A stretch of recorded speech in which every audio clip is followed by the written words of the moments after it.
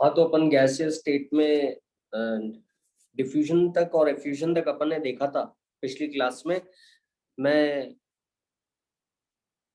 जल्दी से कुछ आगे का और बता देता हूँ आपको। ठीक है, एक तो इसमें केटीजी है, काइनेटिक थ्योरी ऑफ गैसेस, जिसपे लगातार क्वेश्चंस आते रहते हैं। ठीक है, अभी रिसेंट काफी सारे क्वेश्चंस हमेशा आए। ठीक है, तो केटीजी के अंदर केटीजी के अजम्पशंस हैं कि पार्टिकल कोलाइड करते हैं एक दूसरे से और कोलिजन के वक्त ही फोर्स लगाते हैं। इंटरमोलिकुलर फोर्सेस बाकी टाइम नहीं लगते। दूसरा अजम्पशंस तो है काफी सारे, Newton's laws of motion follow करते हैं, लेकिन मैं दो अजम्पशन की स्पेसिफिकली बात कर रहा हूँ आपको, क्योंकि ये सबसे इंपॉर्टेंट है। एक तो इंटरमोलिकुलर फोर्सेस बिल्कुल नहीं है, केवल पार्टिकल जब कोलाइड करते हैं आपस में और जब बॉल से कोलाइड करते हैं तभी वो आपस में एक दूसरे पे फोर्स लगाते हैं। ठीक है, दूसरा जो अजम्पशन जो जरूरी है जानना कि केटीजी के अंदर ये माना गया है कि पार्टिकल्स का खुद का वॉल्यूम जीरो है, नेग्लिजिबल है as compare to the total volume. लेकिन ये हमेशा सही नहीं होता। ये दो अजम्पशंस की बात मैं इसलिए कर रहा हूँ क्योंकि आगे रियल गैसेस के अंदर जब अपन प्रैक्टिकल बात करेंगे, एक्चुअल गैसेस की बात करेंगे, तो रियल गैसेस में ये अजम्पशंस मायने नहीं रखते हैं ना, इनको अपन करेक्शन के तौर पे काम में लेंगे। ठीक है, तो केटीजी के अंदर आपका जो है सबसे पहले तो मैं बताना चाहूंगा कि वो कोलिजन थ्योरी से आप डिराइव करते हो, डेरिवेशन की आपको जरूरत नहीं है। मैं जल्दी से आपको फॉर्मूला बता देता हूँ। Pressure into volume is equal to 1/3। ठीक है, मैं जल्दी से फॉर्मूला बताता हूँ, फिर अपन क्वेश्चन स्टार्ट करते हैं विदाउट एनी डिले। और pressure is equal to 1/3 of m, तो एक पार्टिकल का मास है। ठीक है, एक पार्टिकल का मास, एन उसका टोटल नंबर है, तो टोटल मास हो गया। और यू आर एम एस का स्क्वायर, ये आर एम एस वेलोसिटी कितनी होगी कौन बताएगा मेरे को?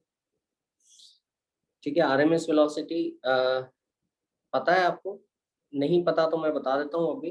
ठीक है, U R M S is equal to √3 RT/m होता है। आप इसको, ये टोटल मास हो गया, हर पार्टिकल का mass into number of particle. आप इसको ऐसे भी लिख सकते हो, 1/3 ऑफ टोटल मास को आप ऐसे भी लिख सकते हो कि मोल इनटू मोलर मास। कितने मोल है, मोल के टर्म में भी लिख सकते हो आप। ठीक है, मोल इनटू मोलर मास लिख सकते हो। ठीक है, यू आर एम एस का स्क्वायर। ठीक है, और अगर इसको PV is equal to NRT से कंपेयर करो तो यहाँ पे आपको पता लग जाएगा कि U R M S root mean square is equal to √3 RT/m आ रहा है। ठीक है, अगर आप इसको, क्योंकि ये तो n हो गया, PV is equal to nRT होता है ना, तो 1/3 molar mass into U R M S square is equal to nRT is equal to RT। ठीक है, n तो अलग कर देंगे अपन। तो ये अपना यू आर एम एस का फॉर्मूला आ गया। U R M S actually है क्या, कौन बताएगा? एक्चुअली ये एवरेज है आपका। जैसे n1 पार्टिकल है जिनका स्पीड v1 है या u1 है, n2 पार्टिकल्स u2 स्पीड से मूव कर रहे हैं, n3 पार्टिकल्स u3 स्पीड से मूव कर रहे हैं, पता होगा आपको। ठीक है, तो ये यू आर एम एस जो है ये आपका स्क्वायर रूट है, एवरेज स्क्वायर्स के एवरेज का स्क्वायर रूट है।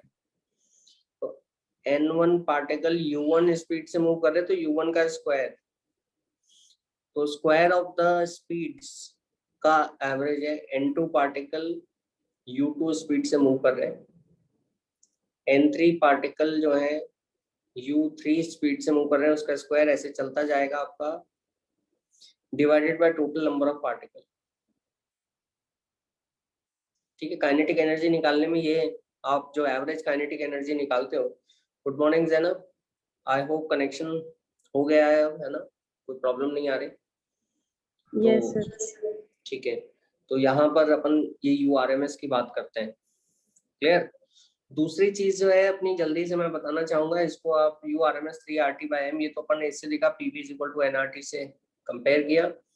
और इसको प्रेशर और वॉल्यूम से भी कनेक्ट कर सकते हो। URMS is equal to 3P by density. ठीक है, मोलर मास को लिख दो, मोलर मास को चेंज कर दो, ऊपर n से मल्टीप्लाई करो, नीचे n से मल्टीप्लाई करो, तो ऊपर तो nRT हो गया तो उसको PV लिख दो, और नीचे आप डेंसिटी इंटू वॉल्यूम लिख दो, वॉल्यूम वॉल्यूम कट जाएगा। तो ये दो फॉर्मूले URMS के। और अगर वेलोसिटीज दे रखी हैं तो वेलोसिटीज का स्क्वायर कर देना आप, है ना, नंबर ऑफ पार्टिकल का एवरेज ले लेना। तो एक तो ये वाला फॉर्मूला है केटीजी का। ठीक है, दूसरा फॉर्मूला जो है आपका वो आपका इस तरह से काइनेटिक एनर्जी का, average kinetic energy. Average kinetic energy आप निकाल सकते हो हाफ mv², एक की u1 square, u2 square, u3 square, ऐसे n1 पार्टिकल अगर u1 वेलोसिटी से हैं तो इस तरह से आप एवरेज निकालोगे, half m n1 into u1 square plus n2 into u2 square, इस तरह से एवरेज निकालते हो टोटल काइनेटिक एनर्जी। ये टोटल, नॉट एवरेज, टोटल बता रहा हूँ, है ना। तो ये कितना हो गया, हाफ m, ये URMS से ड्राइव कर लो, इसको URMS को स्क्वायर कर दो, और ये टोटल नंबर ऑफ पार्टिकल्स, इसको मैं n बोल रहा हूँ, है ना, इधर ले आओ तो ये पूरा एक्सप्रेशन यहाँ आ जाएगा, काइनेटिक एनर्जी का एक्सप्रेशन बन गया। और यहाँ पे आएगा आपका total number of particle into URMS का स्क्वायर। समझ में आ गया? ठीक है, तो ये आप करेंगे, क्लियर। तो टोटल काइनेटिक एनर्जी, अब अपन क्वेश्चंस पे आने वाले हैं। URMS आप लिखोगे 3RT/m।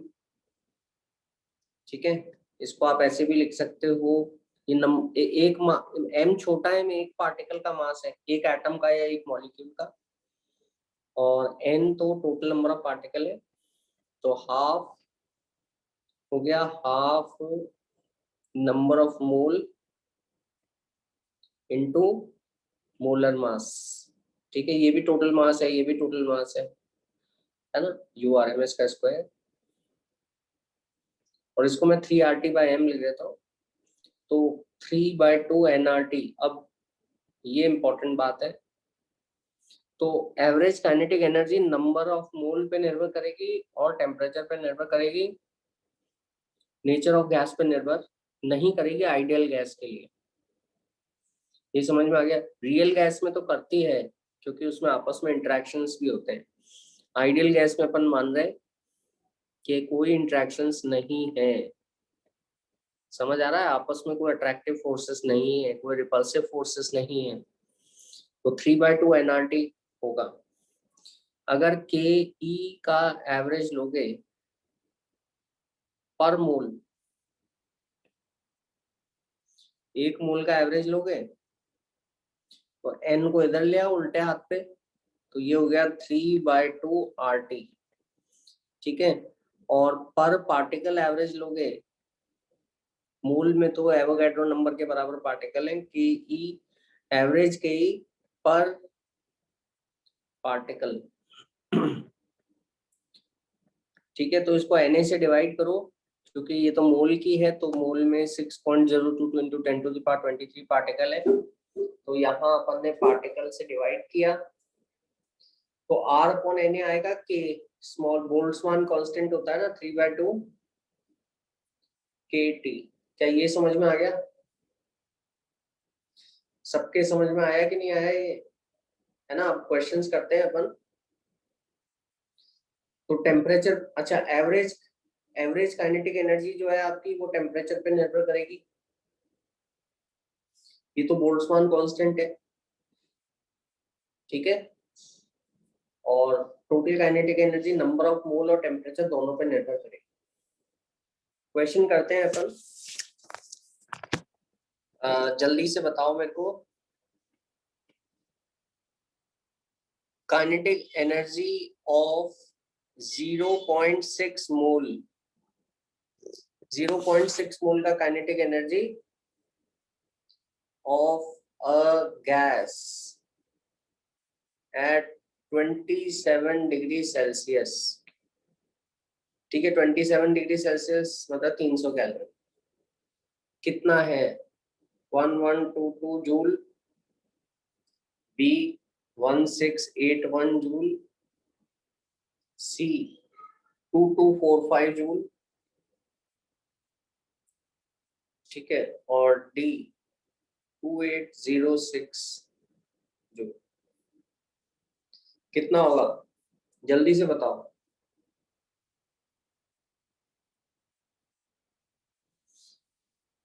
Kinetic energy of 0.6 mole, total kinetic energy पूछी है आपको एट 27 डिग्री सेल्सियस। इसका आंसर आ रहा है?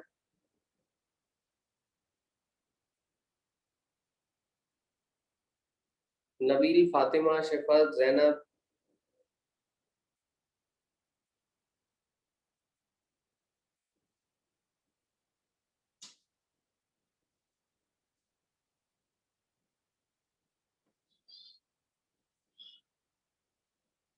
3/2 एनआरटी, डायरेक्ट क्वेश्चन है।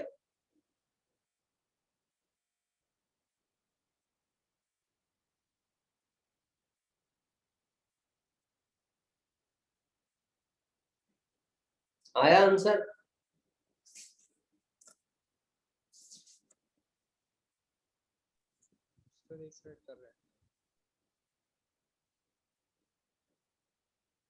हाँ नबील, कितना आ रहा है? हम्म,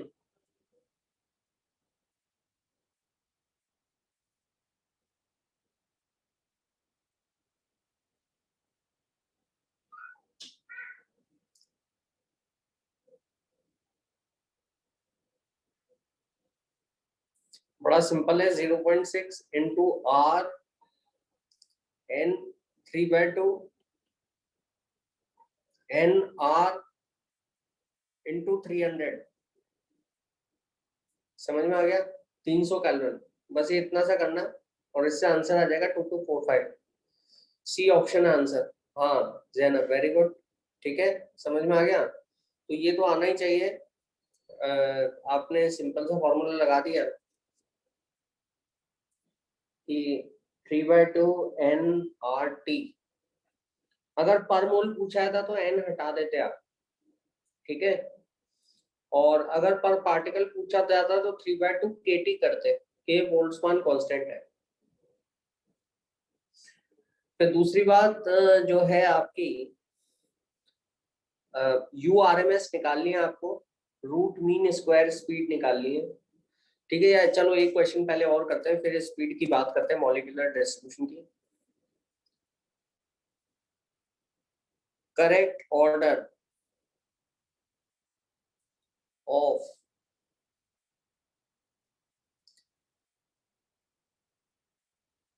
average kinetic energy of CO2, O2, Cl2। correct order of average kinetic energy of CO2, O2, Cl2 at 25 degree Celsius, समझ आया? 25 डिग्री सेल्सियस पर एवरेज काइनेटिक एनर्जी का ऑर्डर क्या होगा, assuming them to be perfectly real।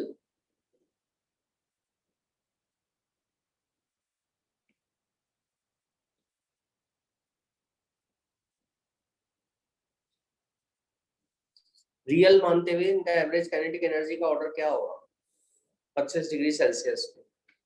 Option A CO2 का, ठीक है,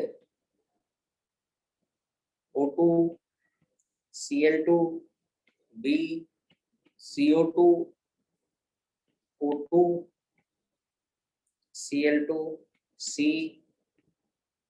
O2, CO2, Cl2, या option D O2, CO2, Cl2। क्या आंसर होगा इसका? real so assuming them to be, sorry, not real, ideal.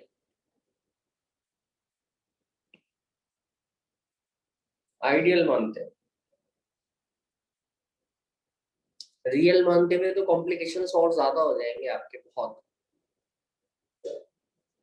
Ideal मानते हुए क्या ऑर्डर होगा?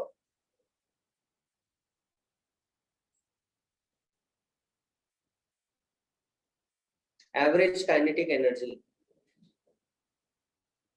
मैंने इसमें मोल दिए नहीं है आपको, है ना? ऊपर वाले सवाल में मोल थे क्योंकि टोटल काइनेटिक एनर्जी की जरूरत थी।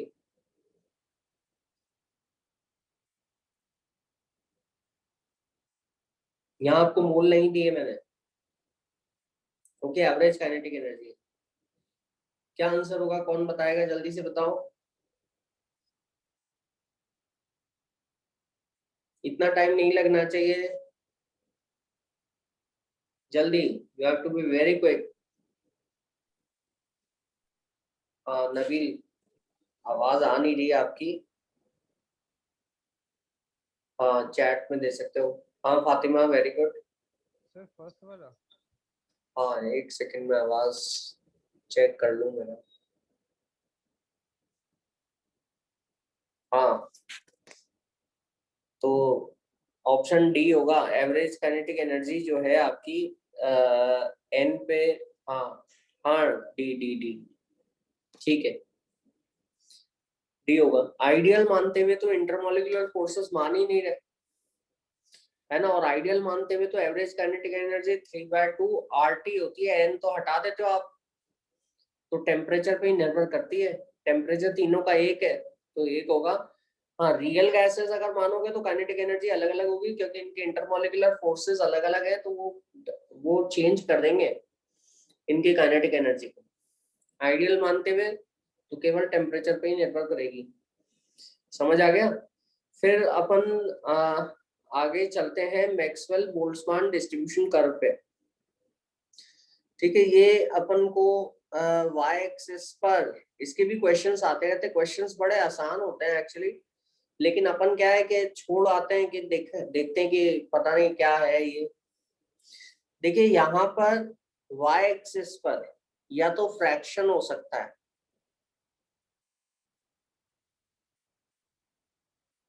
फ्रैक्शन ऑफ मॉलिक्यूल्स हो सकता है, मतलब टोटल में से 1/4, टोटल में से 3/4, है ना? इसको अपन फ्रैक्शन बोलेंगे, या टोटल नंबर ऑफ मॉलिक्यूल भी रह सकते हैं, टोटल नंबर ऑफ मॉलिक्यूल्स, और फ्रैक्शन ऑफ मॉलिक्यूल्स हो सकते हैं। ठीक है, जैसे मान लो एक पिज्जा है ना? तो इसमें से आधा पिज्जा नबील ने लिया, ठीक है, और ये आधे का 3 हिस्से कर दिए, तो ये हो गया कितना, आधे का 1/3, 1/6 फातिमा ने लिया, है ना? 1/6 जैनब ने लिया, है ना? और आपका जो 1/6 है शिफत ने लिया। समझ गए? तो ये फ्रैक्शंस है, सारे फ्रैक्शंस। ये फ्रैक्शन बोल दो, तो फ्रैक्शन यहाँ पे डिनोट करोगे ऐसे, नंबर ऑफ पार्टिकल्स का फ्रैक्शन होगा। समझ गए? गैस के जो पार्टिकल्स है उनका फ्रैक्शन रहेगा इतने पार्ट, टोटल में से 1/4 पार्टिकल्स का। और यहाँ पे स्पीड रहता है u, तो यहाँ पे क्या स्पीड है ये दिखता रहेगा अपन को, ऊपर तो फ्रैक्शन। ठीक है, तो ये इस तरह से ग्राफ बनता है। अब ये तो सब जगह बड़ी पॉपुलेशन में भी ऐसे ही ग्राफ होगा, बहुत बड़ा सैंपल स्पेस होगा, तो अपन ये जानते हैं कि यहाँ पर अब आप देखो कि सबसे ज्यादा, सबसे बड़ा फ्रैक्शन का वैल्यू ये है। जैसे मैं बोलूं कि अगर आधा फ्रैक्शन मतलब 50% मॉलिक्यूल्स, या यहाँ एग्जांपल दूं तो 50% पिज्जा, है ना, नबील ने लिया। समझ आया कि नहीं आया? आधा पिज्जा नबील ने लिया है ना, तो आधे मॉलिक्यूल्स का यहाँ पर अपन बस यहाँ पे नाम लिखने की बजाय अपन क्या लिख रहे हैं, वेलोसिटी u। ठीक है, समझ आएगा, 1/3 मॉलिक्यूल्स की u है, तो ये वाली जो वेलोसिटी है ये सबसे ज्यादा मॉलिक्यूल्स की है। जैसे ये फ्रैक्शन छोटा है ना, तो ये वेलोसिटी जो है बहुत कम है और ये बहुत कम मॉलिक्यूल्स की है। ये फ्रैक्शन बहुत छोटा है, ये वाले ये है ना, तो ये फ्रैक्शन यहाँ पे ये स्पीड बहुत ज्यादा स्पीड है और ये काफी छोटे से फ्रैक्शन ऑफ मॉलिक्यूल्स की होगी। ठीक है, जो सबसे ऐसी स्पीड जो सबसे ज्यादा मॉलिक्यूल के पास होगी उसको कहते हैं यू मोस्ट प्रोबेबल, यूएमपी। समझ आया, यू मोस्ट प्रोबेबल स्पीड। मतलब आप किसी गैस के कंटेनर में अगर कोई पार्टिकल पकड़ोगे तो उसका स्पीड मोस्ट प्रोबेबल स्पीड के बराबर आने का चांस सबसे ज्यादा है, क्योंकि सबसे ज्यादा पार्टिकल्स की वही स्पीड है। और ये आती है कितनी, √2r/t/m। अगर आप लोग इसका एवरेज निकालोगे, एवरेज ये तो मोस्ट प्रोबेबल स्पीड है, जो सबसे ज्यादा फ्रैक्शन ऑफ मॉलिक्यूल्स की यही स्पीड है, सबसे ज्यादा नंबर ऑफ पार्टिकल्स की यही स्पीड है ना। अगर आप एवरेज निकालोगे तो वो एवरेज स्पीड कहलाएगी, और एवरेज में सब कितने पार्टिकल हैं, कितनी स्पीड है, दूसरा पार्टिकल उनकी speed divided by total number of particle. तो एवरेज स्पीड जब आप एवरेज कैलकुलेट करोगे तो वो थोड़ा सा ज्यादा आता है, तो ये यू एवरेज है। ठीक है, ये थोड़ा सा कम, ये यू एवरेज, ये वैल्यू जो आती है आपकी, ये 8r/t/m आती है। ठीक है, और आरएमएस स्पीड तो आप एवरेज ले रहे हो, और किसका, स्क्वायर्स का एवरेज ले रहे हैं, तो स्क्वायर्स का एवरेज तो बड़ा आता ही है, root of mean of square speeds. ठीक है, तो आरएमएस वेलोसिटी तो और भी ज्यादा आएगी। तो इस तरह से होता है, समझ आ गया। ये यू आरएमएस है जिसका वैल्यू होगा 3r/t/मोलर मास। ध्यान रहे सभी चीजें ऐसा यूनिट में, R 8.314 जूल पर केल्विन पर मोल, और M जो मोलर मास है वो आपको केजी पर मोल में लेना पड़ेगा। समझ आ गया, तो ये ध्यान रखना। इस पे डायरेक्ट सवाल आ जाता है, एक तो इस पे आता है, तो आप याद तो रख ही सकते हो। देखो ये सबसे कम तो 2 से लेके 3 तक जाना है अपन को, मोस्ट प्रोबेबल से आरएमएस तक जाना है, बीच में एवरेज लेना है, तो एवरेज में 8/π कर दो। ठीक है, तो ये कितने गुना होगी एक दूसरे का, √2। ठीक है, इस टू √8/π इस टू √3। तो ये आएगी 1:1.13:1.22 टाइम्स। ये रेशियो है मोस्ट प्रोबेबल। ठीक है, मोस्ट प्रोबेबल का, एवरेज का और आरएमएस का, एवरेज बीच में रहेगा। ऐसे ध्यान रख लो, आप ऐसे याद रख सकते हो, ये याद रखना, क्योंकि उस टाइम एग्जाम में अगर डायरेक्ट सवाल आ गया तो डायरेक्ट एक बार में करके आ जाओ, बस that's it.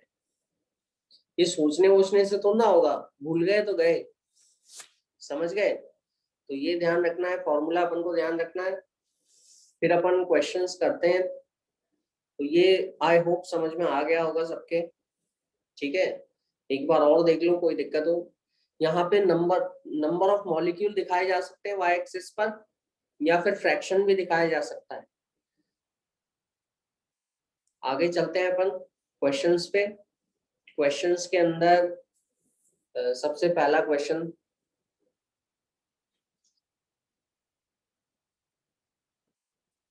Density of a gas is equal to 0.1 gram per DM cube. ठीक है, डीएम क्यूब एक लीटर ही होता है, लेकिन एक बात ध्यान रखना, ये ऐसा यूनिट नहीं है क्योंकि ग्राम है और डीएम मीटर का 1/10 होता है, डेसीमीटर। ठीक है, तो डेंसिटी दे दिया गैस का, प्रेशर दे दिया, प्रेशर है 100 किलो पास्कल। पास्कल न्यूटन पर मीटर स्क्वायर हो सकता है ना, तो वो ऐसा यूनिट है। लेकिन एक किलो को आपको 10⁻³ में चेंज करना पड़ेगा। तो आरएमएस स्पीड बतानी है अपन को, आरएमएस स्पीड बतानी है 1414 मीटर पर सेकेंड। यहाँ गैस का मोलर मास नहीं दिया आपको, 1732 मीटर पर सेकेंड, 707 मीटर पर सेकेंड। ठीक है, और 866 मीटर पर सेकेंड। क्या आंसर होगा इसका? क्वेश्चन समझ में आ गया होगा? यूआरएमएस पूछा है मैंने बस।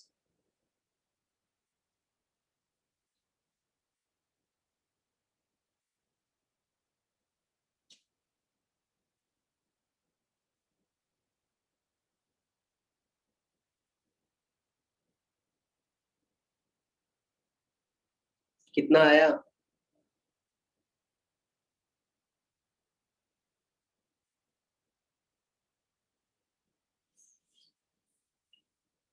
चैट में आंसर कर सकते हो।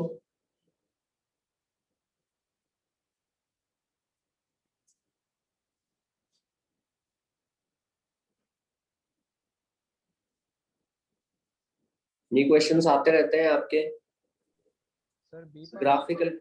हाँ, बी पार्ट। बी। हाँ हाँ, ठीक है ठीक है, वेरी गुड। ठीक है, √3 RT/m और या फिर 3p/डेंसिटी रो। अब डेंसिटी को केजी पर क्यूबिक मीटर में चेंज कर लेना, समझ आ गया? और प्रेशर तो ठीक है, 10⁻³ लगा के न्यूटन पर मीटर स्क्वायर में है ही, तो यहाँ पर ये आ जाएगा √3 × 10⁻³ आंसर आ जाएगा आपका। 1.732 × 10⁻³ 1732 मीटर पर सेकेंड हो गया। सबसे कोई दिक्कत तो नहीं है, आगे चले। प्रेशर तो 10⁵ 1 बार दे रखा है ना। डेंसिटी है 0.1 × 10⁻³ kg और डीएम को लिखो 1/10 1/10 10⁻³। तो ये 0.1 डेंसिटी 0.1 kg पर मीटर क्यूब ही हुई। ठीक है, तो आई होप सभी लोग कर लेंगे आसानी से। आगे चलते हैं। हाँ बताओ, कोई डाउट? आवाज थोड़ी धीरे आ रही है, आप चैट में भी लिख सकते हो, है ना, कोई डाउट है तो। ठीक है, आगे चलते हैं। आगे temperature at which URMS of helium, helium का टेम्परेचर बताना है आपको जिसपे हीलियम का root mean square speed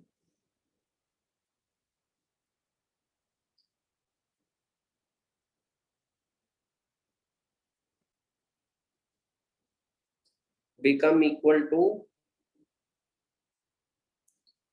that of CH4 at 327 degree Celsius. समझ में आ गया?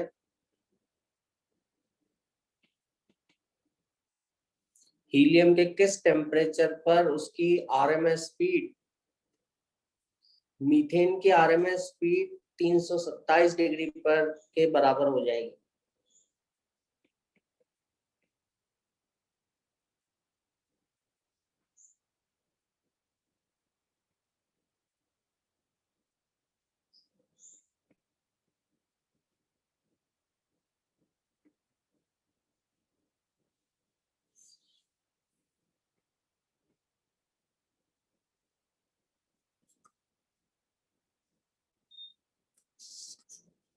आई होप सभी के क्वेश्चन समझ में आ गया है।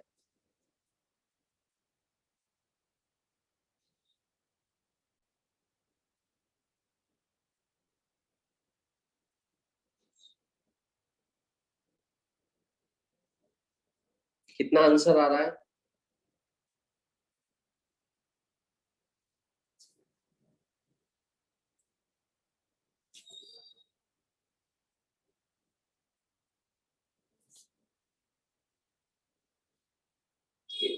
छोटा क्वेश्चन है, बड़ी आसानी से हो सकता है।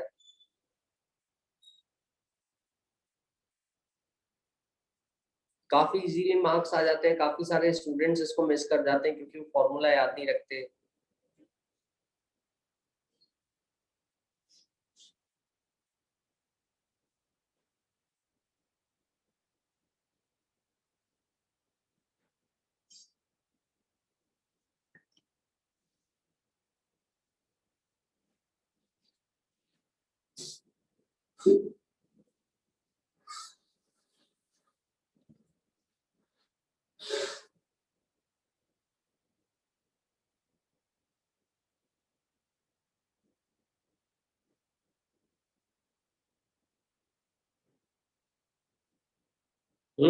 क्या आंसर आया?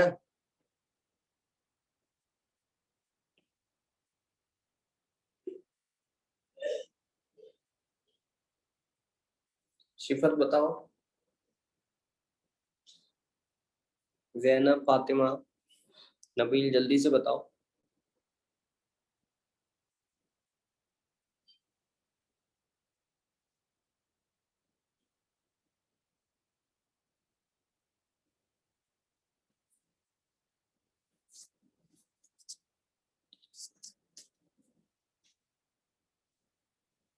हीलियम पे कितना होगा? 3R तो हटा दो। हाँ, कितना? सर 1 मिनट बता रहे हैं। हम्म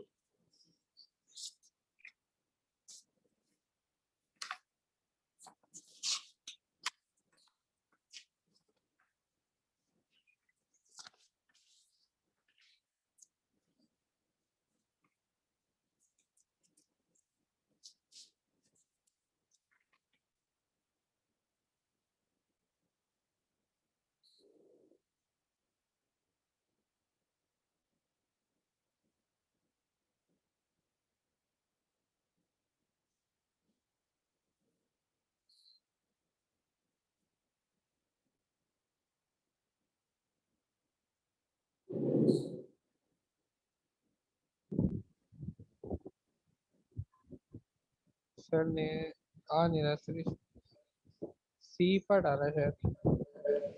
सी नहीं, 150 केल्विन आएगा ये केल्विन में। हीलियम। हाँ, केल्विन में 150 आएगा तो -123 हो जाएगा ये। देखो, ये है हीलियम का तो। और इसका मीथेन का हो गया 3R। ये कितना हुआ? 273 इसमें ऐड करो, 600 हो गया। और मीथेन का मोलर मास कितना है? 16। ये तो सब कट गया, 3R तो ये 4 4 16 हो गया। अच्छा सर आ गया, ठीक है। हाँ, तो मैंने सर टेम्परेचर He।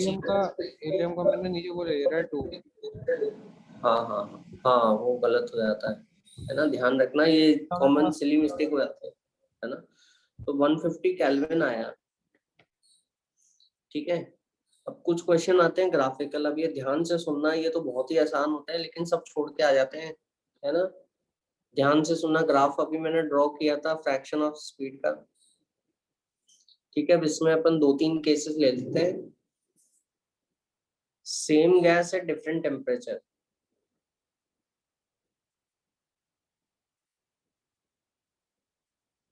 ठीक है। तो अगर कम टेम्परेचर होता है ना तो ग्राफ इस तरह से होता है वेलोसिटीज का, ठीक है। मतलब ज्यादा अलग अलग तरह की वेलोसिटी नहीं मिलती आपको।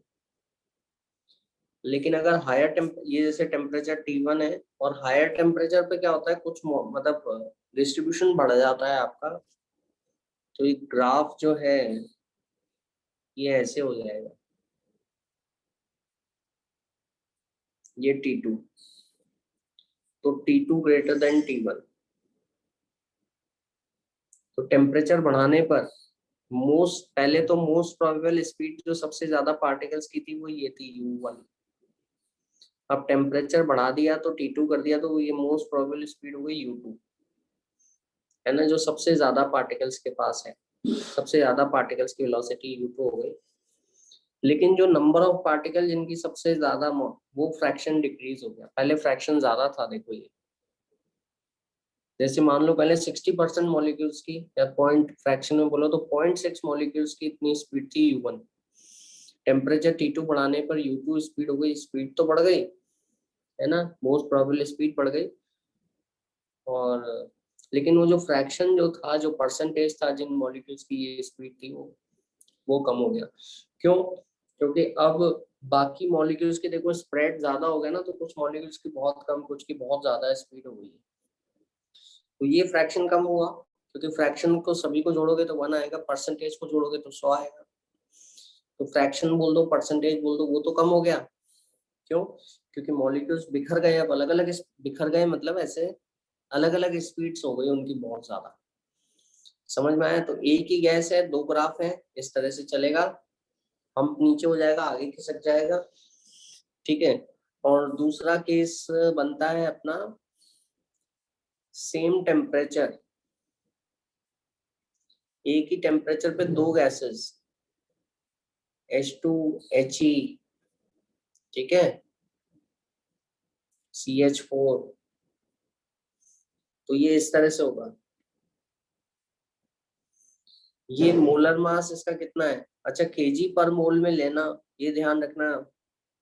यहाँ पे 2 है, यहाँ पे 4 है, यहाँ पे 16 है। समझ आ गया? केजी पर मोल में लेना, ठीक है। और यहाँ पर आप देखोगे कि टेम्परेचर सेम है, ठीक है। तो most probable speed root T के डायरेक्टली प्रोपोर्शनल है, रूट टी के डायरेक्टली प्रोपोर्शनल है, और मोलर मास के अंडर रूट के इनवर्सली प्रोपोर्शनल है। तो यहाँ पे टेम्परेचर तो सेम है, तो मोलर मास जितना ज्यादा होगा ना आपका, क्योंकि इनवर्सली प्रोपोर्शनल है मोलर मास के, तो उतना कम होगा मोस्ट प्रोबेबल स्पीड। जैसे ये मीथेन का मान लो आप, CH4, ठीक है। और ये आप उसका मान लो,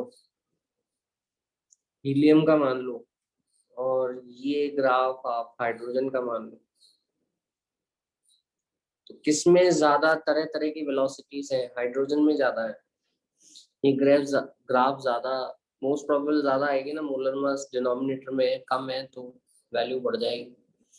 मीथेन का मोलर मास ज्यादा है तो वैल्यू कम हो जाएगी। मोस्ट प्रोबेबल स्पीड और ग्राफ थोड़ा नीचे झुक के, है ना, स्प्रेड हो जाएगा, ये ध्यान रखिएगा।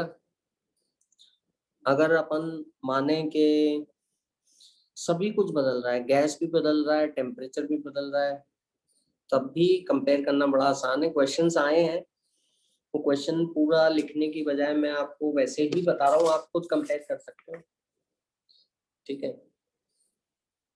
तो उसके अंदर आप ऐसे देख सकते हो, डिफरेंट गैसेस है, डिफरेंट टेम्परेचर।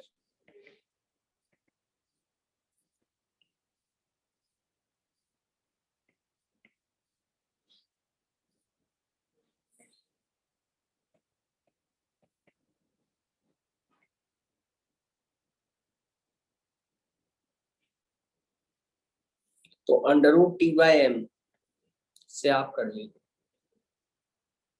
समझ आया? √T/m से आप कंपेयर कर लीजिए। T/m जो होगा आपका,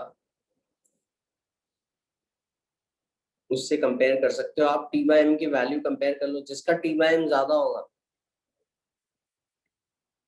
है ना, ये मैक्सिमम उसका उतना आगे होगा। तो ये क्वेश्चन बताने, क्वेश्चन में भी ऐसा ही है जैसे O2 N2, और अभी लेटेस्ट क्वेश्चन ही है, ज्यादा पुराना नहीं है। O2 N2 और में क्वेश्चन लिखने में ज्यादा समय लगेगा, लेकिन मैं आपको डायरेक्ट कंसेप्ट बता रहा हूँ। O2 N2 और H2 दे रखा था, और तीनों के अलग अलग टेम्परेचर दे रखे थे। तो टेम्परेचर भी अलग है, गैसेस भी अलग है, तो √T/m का वैल्यू कंपेयर करना है आपको, ठीक है। समझ में आ गया? तो जिसका T/m कम होगा ना, वो ग्राफ y एक्सिस के नजदीक होगा जिसका t/m ज्यादा होगा, जितना ज्यादा होगा वो ग्राफ उतना आगे खिसक जाएगा और नीचे हो जाएगा। तो आई होप ये समझ में आ गया सबको, ठीक है। यहाँ पर अगर सेम टेम्परेचर अलग अलग गैस है तो अब URMS भी कंपेयर कर सकते हो, वो तो खैर कोई फर्क नहीं पड़ता। सबसे ज्यादा H2 की होगी, फिर हीलियम की होगी, ठीक है, फिर मीथेन की होगी और फिर NH3 की होगी, 17 है NH3, फिर CO2 का होगा 44। तो आई होप ये समझ में आ गया आपको सभी को, ठीक है। फिर अपन आगे चलते हैं, आगे कुछ क्वेश्चंस आगे। अब अपन रियल गैसेस की बात कर लेते हैं जिसपे सवाल आते रहते हैं। तो रियल सर एक गैसेस मिनट पे पिछला वाला स्लाइड दिखाइएगा। हाँ हाँ हाँ बेटा,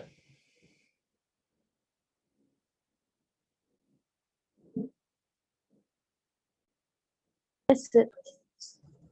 ठीक है। ये t/m होगा, जिसका t/m जितना ज्यादा होगा ना वो उतना आगे होगा, और जो ग्राफ आगे होगा ना वो नीचे होगा थोड़ा, ठीक है। जो पीछे जो y एक्सिस की तरफ होगा ना वो ऊपर होगा, ओके सर, हो ठीक है। फिर अपन रियल गैसेस की बात कर लेते हैं। देखो किस हद तक गैस डेविएट हो रही है आइडियल गैस से। एक्चुअली पीवी आइडियल गैस में पीवी एनआरटी के बराबर होता है, अपन जानते हैं। कैसे नापते हैं, कौन सा पैरामीटर नापते हैं जिससे पता लगता है कि रियल डेविएशन हो रहा है रियल गैस इक्वेशन से, बताओ मेरे को। किस पैरामीटर के को मेजर करके मालूम पड़ता है? एक तो प्रेशर वॉल्यूम तो नाप ही सकते हो आप, है ना। प्रेशर वॉल्यूम में तो पता लग ही जाता है अपन को कि आइडियल गैस है रियल गैस है कौन सा है ना। जैसे अगर ये पीवी इक्वल टू कांस्टेंट का ग्राफ है ना, बॉयस लॉ के हिसाब से हाइपरबोला आ रहा है, ठीक है। ये आइडियल गैस का है IG, ठीक है। रियल गैस का जो ग्राफ आएगा ना वो आपका ऐसा होगा,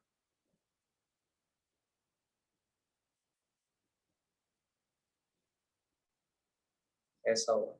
ये रियल गैस का ग्राफ है। तो प्रेशर और वॉल्यूम से तो पता लग ही सकता है पीवी ग्राफ से, ठीक है। तो बहुत ज्यादा प्रेशर पर ये वॉल्यूम है रियल गैस का, नीचे आ जाओ वॉल्यूम, और ये आइडियल गैस का वॉल्यूम। बहुत ज्यादा टेम्परेचर पर रियल गैस का वॉल्यूम ज्यादा होगा आइडियल गैस से, है ना। वॉल्यूम ज्यादा आ रहा है ना। और बहुत लो प्रेशर पर वॉल्यूम हो सकता है थोड़ा कम आए। रियल गैस आइडियल गैस दोनों एक जैसा बिहेवियर शो करेंगे कब? बहुत लो प्रेशर, बहुत लार्ज वॉल्यूम, बहुत high temperature. Real gas tend to behave as ideal gas, इस पे भी क्वेश्चन आ जाता है।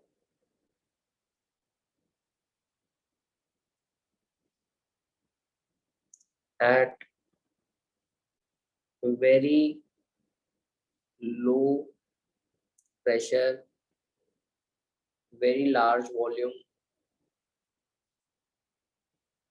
ठीक है। बहुत लार्ज वॉल्यूम पे, लो प्रेशर पे और हाई टेम्परेचर। इसका कारण ये है कि आप एक्चुअली दो अजम्पशंस मैंने बताए थे केटीजी के, कि एक तो केटीजी ये अज्यूम करती है कि पार्टिकल में फोर्स नहीं होता लेकिन होता है, इंटरमोलिकुलर फोर्सेस ऑफ अट्रैक्शन होते हैं। दूसरा, पार्टिकल का खुद का वॉल्यूम नहीं होता, है ना। ये भी गलत है। आइडियल गैस ऐसे मानती है कि पार्टिकल ऐसे डॉट्स जैसे हैं, ठीक है।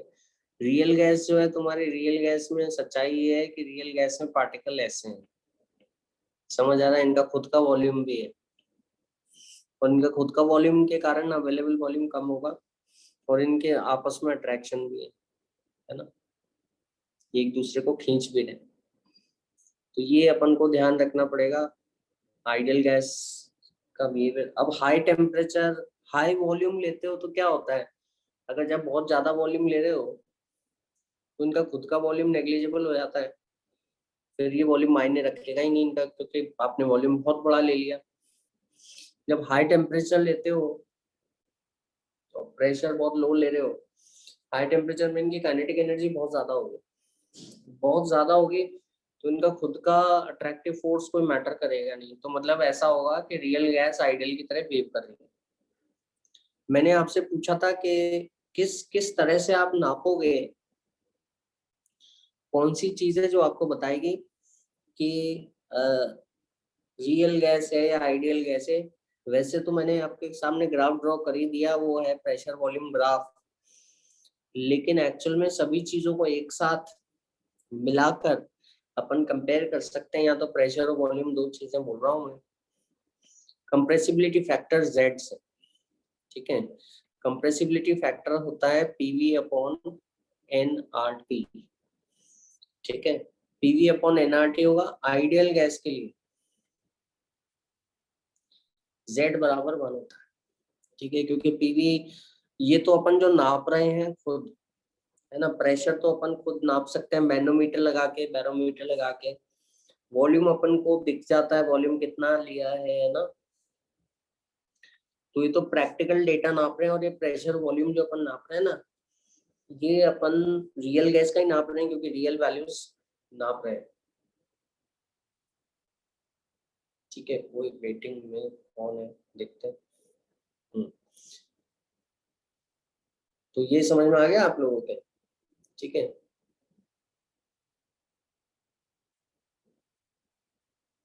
तो यहाँ पे अपन इस तरह से मेजर करते हैं। आइडियल गैस में Z बराबर 1 होगा, कंप्रेसिबिलिटी फैक्टर 1 होता है, क्योंकि प्रेशर वॉल्यूम जो अपन नापते हैं वो nRT के बराबर ही आता है। लेकिन रियल गैस के अंदर, रियल गैस के अंदर Z 1 से ज्यादा भी हो सकता है, Z जो है 1 से छोटा भी हो सकता है। ये पॉजिटिव डेविएशन दिखाने वाले रियल गैसेस से, और ये नेगेटिव डेविएशन दिखाने वाले रियल गैसेस से, है ना। मतलब यहाँ पे PV की वैल्यू जो आइडियल गैस के हिसाब से nRT की वैल्यू है उस हिसाब से ज्यादा आ रही है, उम्मीद से ज्यादा आ रही है।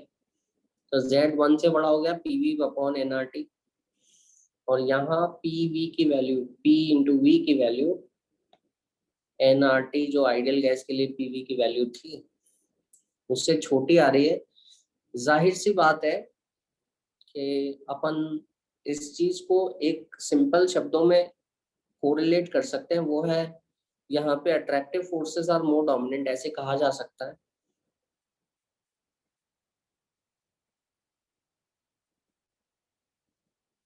Attractive forces are more dominant, और यहाँ पे repulsive forces are more dominant, तब ऐसे कह सकते हैं।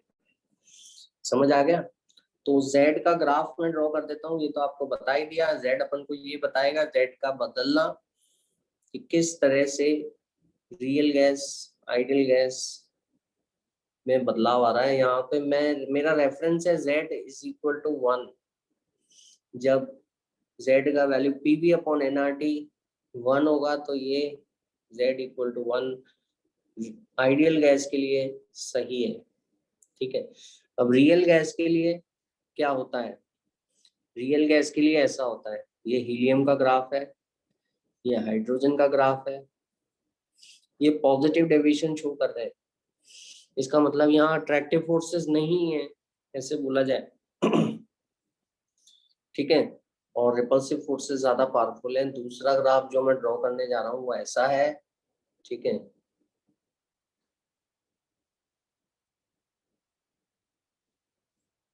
ये इस तरह से ग्राफ है,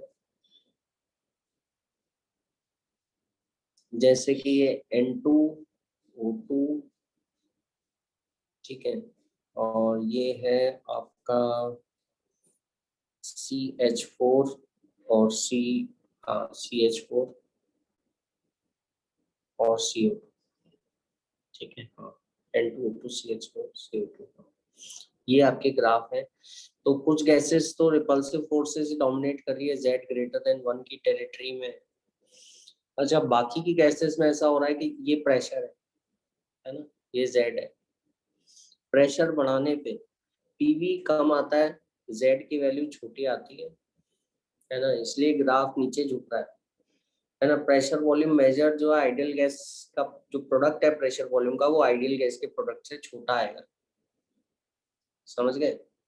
तो इस तरह से ग्राफ वेरी कर रहा है अपना, ये प्रेशर के हिसाब से बदलाव दिखाया गया। अच्छा, बहुत हाई प्रेशर पे एक बात तो नोट करने की है, ये सारी बातें पे क्वेश्चन आते हैं, स्टेटमेंट पे बेस्ड क्वेश्चन आते हैं, तो वो ध्यान रखना है आपको कि बहुत हाई प्रेशर पे तो पॉजिटिव वैल्यू आएगी जेड की। क्यों?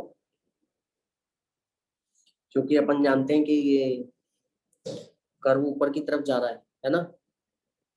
बहुत हाई प्रेशर लगाओगे, ग्राफ से तो ऐसे दिख रहा है, तो पार्टिकल क्या है, पास पास आ जाएंगे, पास पास आएंगे, एक हद से ज्यादा पास पास आएंगे तो रिपल्शन तो ज्यादा हो ही जाएगा। ये समझ में आ रहा है ना। तो यहाँ पे देखो एक हद के बाद ये ग्राफ ऊपर चले गए हैं सब, ठीक है। अच्छा, ये Z की वैल्यू टेम्परेचर पे भी निर्भर करती है। जैसे मैं सिर्फ नाइट्रोजन के लिए ड्रॉ करूं तो ये 100 डिग्री पे है ना, ये 50 डिग्री पे है, समझ आ रहा है।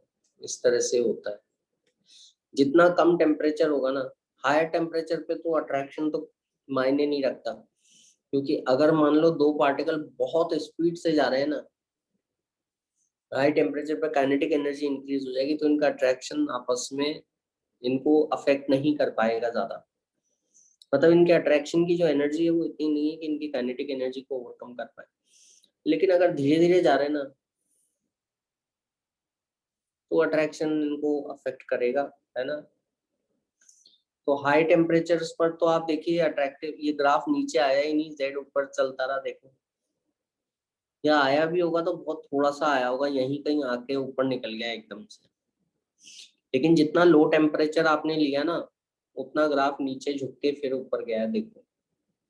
ये जैसे 50 डिग्री पे हो गया, ये 0 डिग्री पे हो गया, -50 पे, इस तरह से होता है टेम्परेचर के हिसाब से जेड का वेरिएशन, ठीक है। लेकिन कुछ गैसेस के ग्राफ तो ऊपर ही हैं, उसमें अट्रैक्शन फोर्सेस है ही नहीं, जाहिर सी बात है। जितना जितना पोलर गैस होगा ना, उतना नीचे आ रहेगा ग्राफ, ठीक है। नीचे रहेगा, बहुत हाई प्रेशर पे जाके वापस से ऊपर जाएगा, क्लियर। तो ये तो जेड की बात हो गई अपनी, ध्यान रखिएगा। फिर इसमें इसको जेड को इस तरह के बिहेवियर को शो करने के लिए अपने पास वैन डर वाल इक्वेशन है। तो वैन डर वाल इक्वेशन पे आ जाते हैं अपन जल्दी से। पीवी एनआरटी के बराबर नहीं आ रहा है, अपन जानते हैं।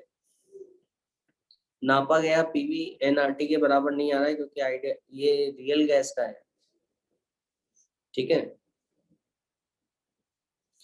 तो रियल गैस का एनआरटी के बराबर नहीं आ रहा प्रेशर वॉल्यूम का प्रोडक्ट, तो उसको करेक्ट करना पड़ेगा।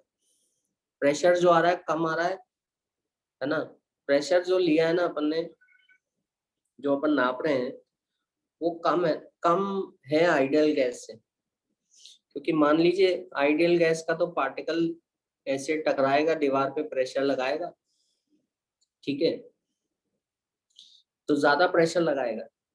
लेकिन रियल गैस में क्या है, रियल गैस के पार्टिकल जो है अट्रैक्टिव फोर्स से पीछे की ओर खींच भी रहा है, इसको दूसरे पार्टिकल क्या है, रोकना चाह रहे हैं।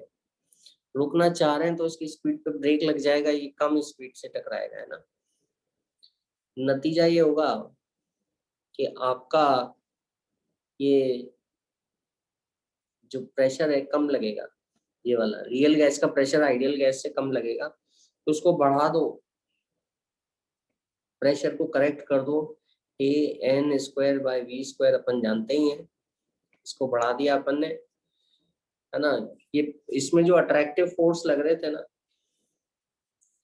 उनके कारण जो प्रेशर था उसको जोड़ दिया है। एक्चुअली अट्रैक्टिव फोर्स जितना कमी ला रहे थे, अब अट्रैक्टिव फोर्स कितना कमी ला रहे हैं आप देखो, ये बाहर खींचने वाले N/V के प्रोपोर्शनल है, उनके कितनी कॉन्सेंट्रेशन है, और दीवार पे जो प्रेशर लग रहा है वो N/V के प्रोपोर्शनल है, ठीक है। इसी तरह से जो वॉल्यूम नापी है ना आपने रियल गैस की वॉल्यूम कैसे नाप रहे हो आप तो ऐसे नाप रहे हो कि कंटेनर की वॉल्यूम है, वही रियल गैस की वॉल्यूम है। कंटेनर की वॉल्यूम ही नापते हैं अपन तो आइडियल गैस में, लेकिन एक्चुअली जो कंटेनर की वॉल्यूम है वो इतनी तुमने ली है ज्यादा, एक्चुअल में जो वॉल्यूम अपने पास होगी ना वो कम होगी। ठीक है, कम इसलिए होगी क्योंकि पार्टिकल का खुद का वॉल्यूम है। अब कमरे में 10 लोग हैं तो मेरे लिए अवेलेबल वॉल्यूम रूम का वॉल्यूम नहीं होगा। रूम के वॉल्यूम में से मैं कुछ वॉल्यूम घटाऊंगा, है ना, जो मेरे लिए अवेलेबल रहेगा, क्योंकि there are already 10 people in the room.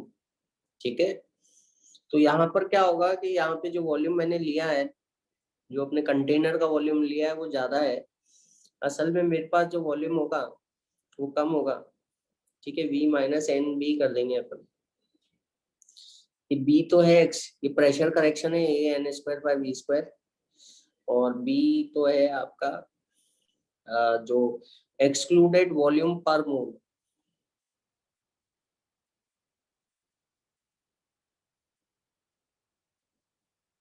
पर mole is equal to N R T. आप एन हटा के हर जगह से हटा भी सकते हो एन, तो ये वैंडरवाल इक्वेशन जो हो जाएगी ये ऐसी दिखेगी आपको।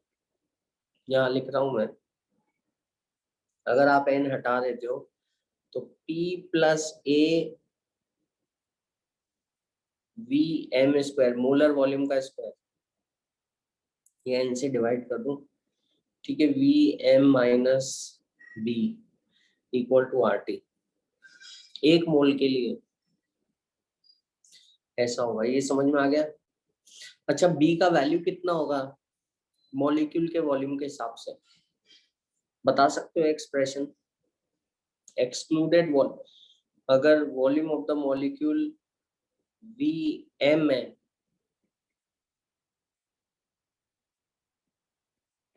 तो what is the value of b? B का वैल्यू कितना होगा बताओ, समझ में आ गया क्वेश्चन?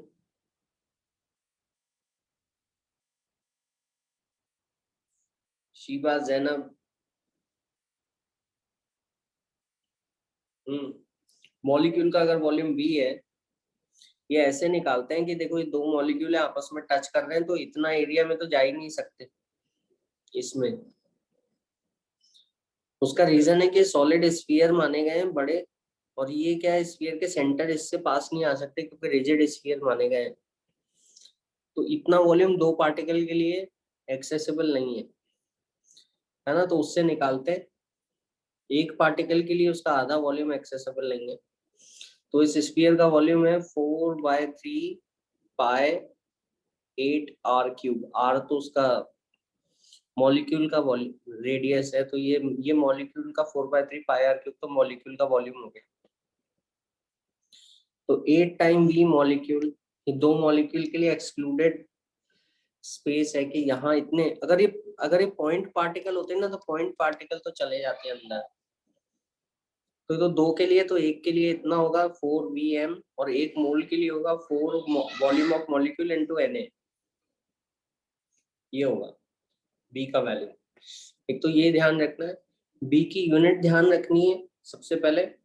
यहाँ पे इसका पूरा वैल्यू जो आएगा वॉल्यूम के बराबर आना चाहिए, क्योंकि वॉल्यूम में से वॉल्यूम ही सब्ट्रैक्ट करोगे आप। ठीक है, तो लीटर पर मोल आएगा, ये ध्यान है। और इसी तरह से ए का भी ध्यान रखना है। ए का जो यूनिट होगा वो होगा लीटर स्क्वायर। ऐसा यूनिट में नहीं बता रहा, ऐसा में चेंज कर लेना, मीटर क्यूब ले लेना। मोल का पावर -2 है ना, इनटू प्रेशर ATM। तो ये प्रेशर की यूनिट आनी चाहिए पूरी, तो उससे ए का यूनिट निकाल सकते हैं। ठीक है, तो यूनिट्स इनकी ध्यान रखना, इनका वैल्यूज ध्यान रखना। क्वेश्चन में आपको एक बता देता हूँ जल्दी से, क्वेश्चन भी थोड़ा सा अपन को सोचना पड़ेगा हल्का सा, लेकिन क्वेश्चन इजीली हो जाते हैं पढ़ने से। ठीक है, अभी रिसेंट क्वेश्चन ही है। तो गैस दे रखा है A B, मैं जल्दी जल्दी लिख रहा हूँ, पूरा क्वेश्चन डिटेल में नहीं लिख रहा ताकि अपना समय बच जाए। ए का वैल्यू दे रखा है किलो पास्कल, ये तो प्रेशर की यूनिट हुई। डीएम टू द पावर 6 ये वॉल्यूम, मोल का पावर -2 है ना। और बी का हो गया unit DM cube, DM volume होता है, डेसीमीटर क्यूब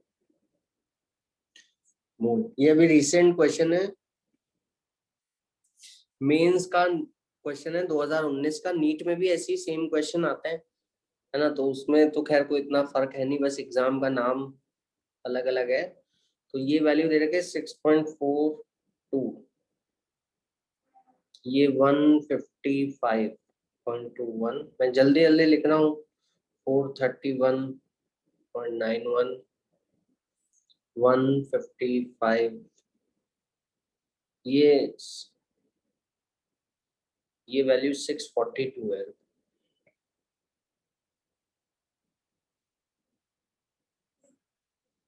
सिक्स 642.32, ये 155.21 है। गौर करने की बात ये कि ये दोनों सेम है ना।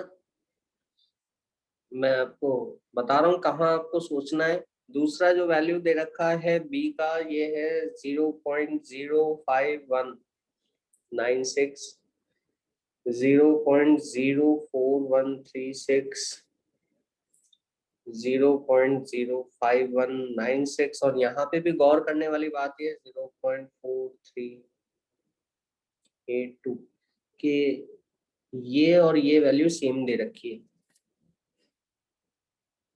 ठीक है, अब 4 ऑप्शन दे रखे हैं, 4 ऑप्शन में 4 सेंटेंस लिखे हुए हैं, मैं पूरे नहीं लिख रहा।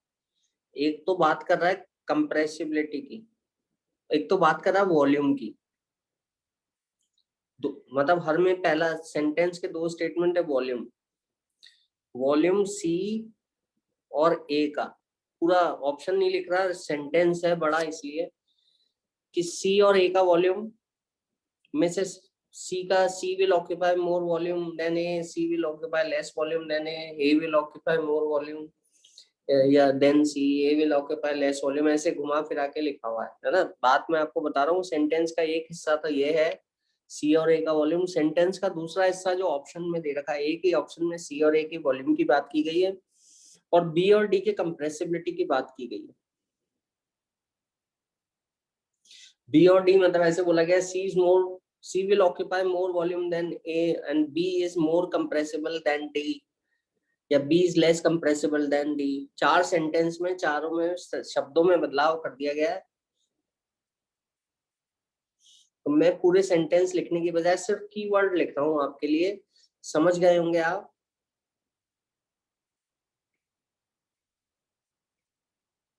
कंप्रेसिबिलिटी, B और D की कंप्रेसिबिलिटी बतानी है और C और A का वॉल्यूम बताना है, कौन ज्यादा वॉल्यूम ऑक्यूपाई करेगा C और A में से, और B और D में से कौन ज्यादा कंप्रेसिबल होगा। तो आप डायरेक्टली इसमें मोर वॉल्यूम किसका है ये बता सकते हैं, है ना। ऐसे लिख सकते हैं आप चैट बॉक्स में, और यहाँ पे मोर कंप्रेसिबल कौन है इन दोनों में से वो लिख सकते हैं। अगर इतना आपको आ गया तो वो ऑप्शन मैंने सेंटेंस लिखे नहीं, वो आप कर लोगे आसानी से। मोर कंप्रेसिबल का आंसर चैट बॉक्स में दे सकते हैं, यहाँ सी और ए में से मोर वॉल्यूम का आंसर आप दे सकते हैं। आई होप समझ गए होंगे आप। क्वेश्चन समझने में तो कोई दिक्कत नहीं है।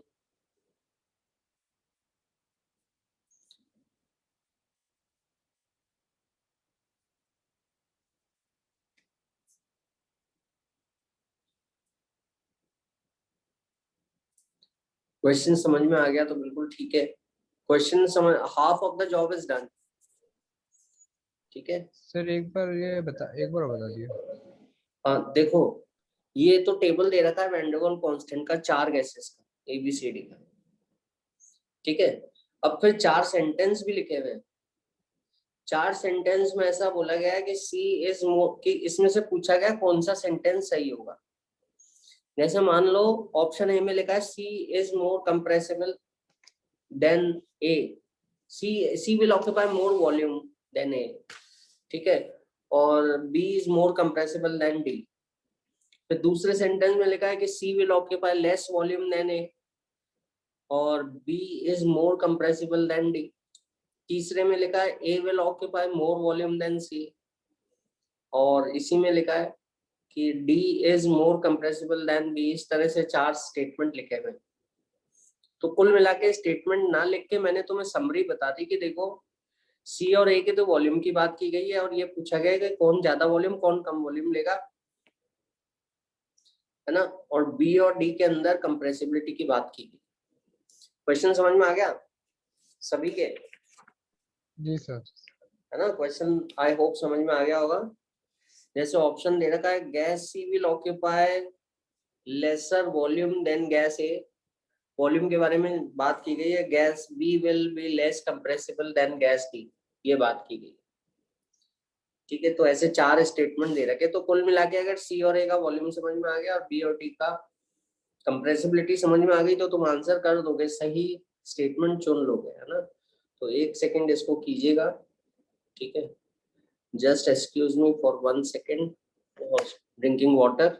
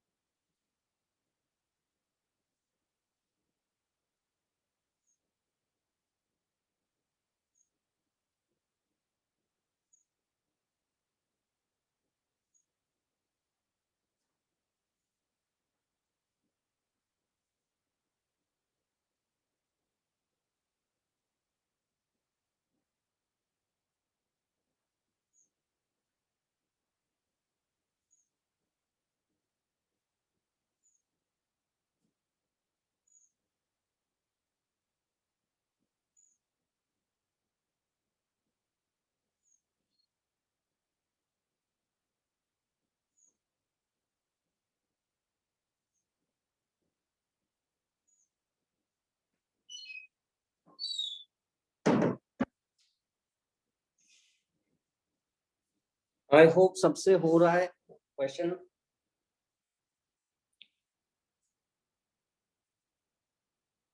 चैट बॉक्स में आप तो सी और ए का वॉल्यूम बता दो और उसमें सिर्फ ये बताना है कि किसका ज्यादा वॉल्यूम।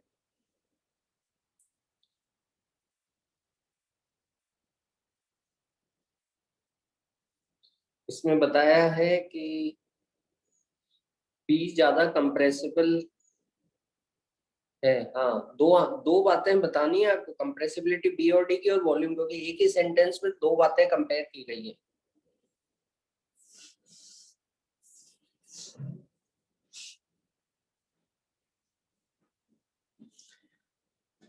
तो क्या आंसर होगा?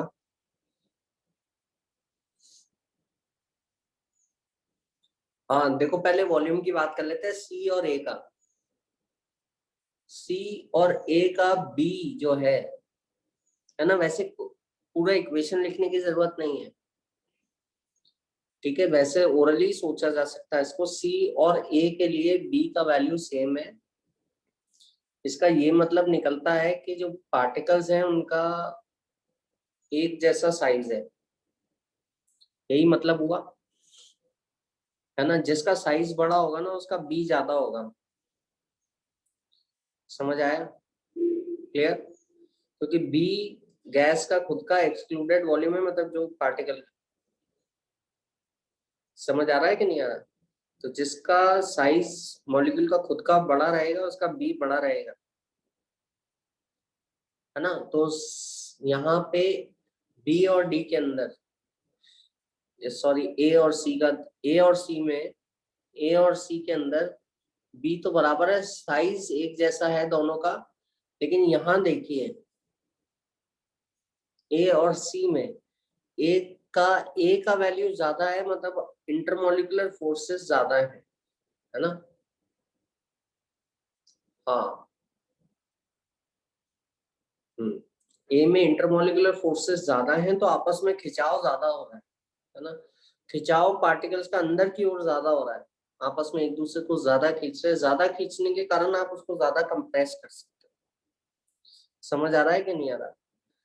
एक ही प्रेशर टेम्परेचर पर ए का वॉल्यूम कम रहेगा, सी का वॉल्यूम ज्यादा रहेगा। क्या इस बात से एग्री करते हैं?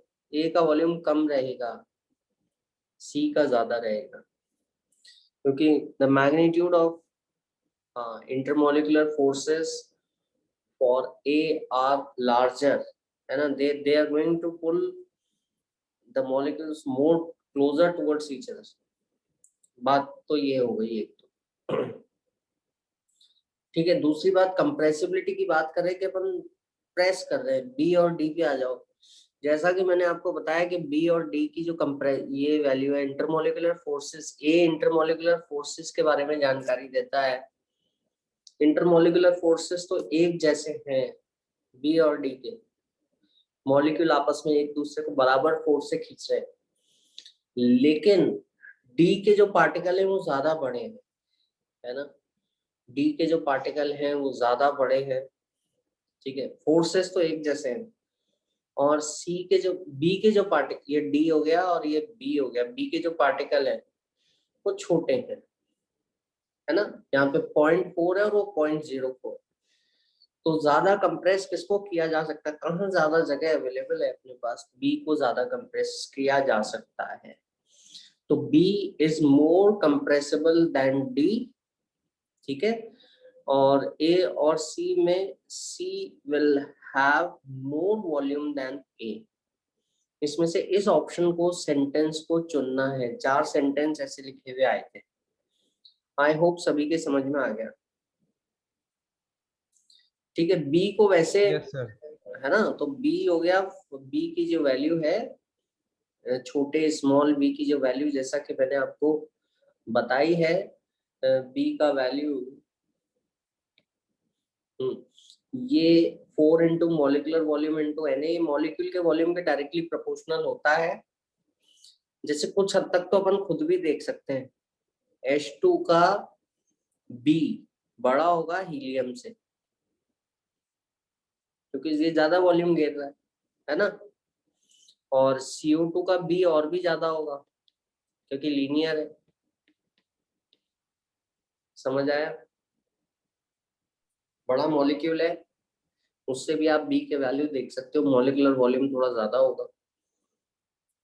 ठीक है, PCl5 गैसीय स्टेट में और भी ज्यादा होगा, वो आपका ट्राइगोनल बाय पिरामिडल है। SF6 का और भी ज्यादा होगा, है ना, SF6 is a gas, non polar gas है, तो SF6 का तो और भी ज्यादा होगा बी का वैल्यू, है ना, ऑक्टाहेड्रल।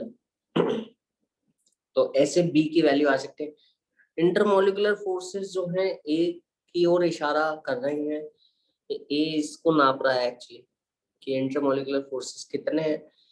जितना ज्यादा पोलराइजेबल है ना, जैसे हाइड्रोजन ज्यादा पोलराइजेबल है, इंटरमोलिकुलर फोर्सेस ज्यादा है, जैसे में किसी में परमानेंट डाइपोल डाइपोल अट्रैक्शन है तो उसके भी इंटरमोलिकुलर फोर्सेस ज्यादा होंगे। समझ आया?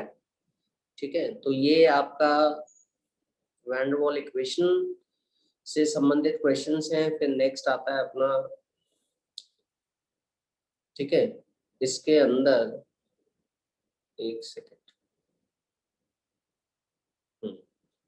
इसके अंदर अपन को अब ये बिहेवियर देखना पड़ेगा थोड़ा सा कि किस तरह से।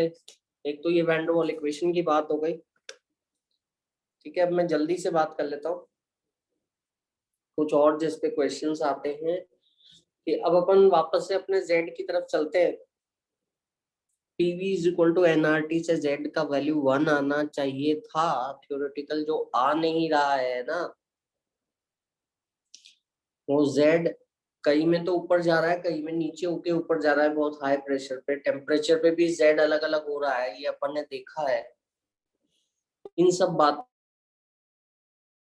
गैसेस के लिए तो जो आपका z है ना, वो हमेशा ही पॉजिटिव है। बाकी गैसेस में तो प्रेशर बढ़ाने पर z कम हो जाता है, खिंचती ज्यादा है, वो अट्रैक्टिव फोर्सेस होते हैं उसमें, और फिर हाई प्रेशर पे रिपल्सिव। ये कुछ बातें तो समझ में आती है कि हाई प्रेशर पे पार्टिकल एक हद से ज्यादा नजदीक आ जाएगी।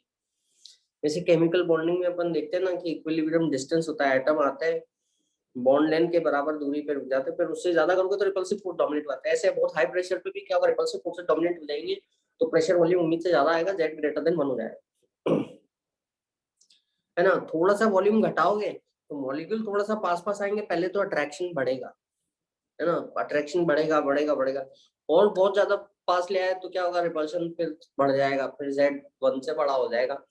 ये तो क्वालिटेटिव वे हो गया इसको समझने का, लेकिन इन्हीं सारी बातों को अपन ये वैन डर वाल इक्वेशन से भी साबित कर सकते हैं। तो ये कुछ बातें हैं, मैं इस पे क्वेश्चन आते हैं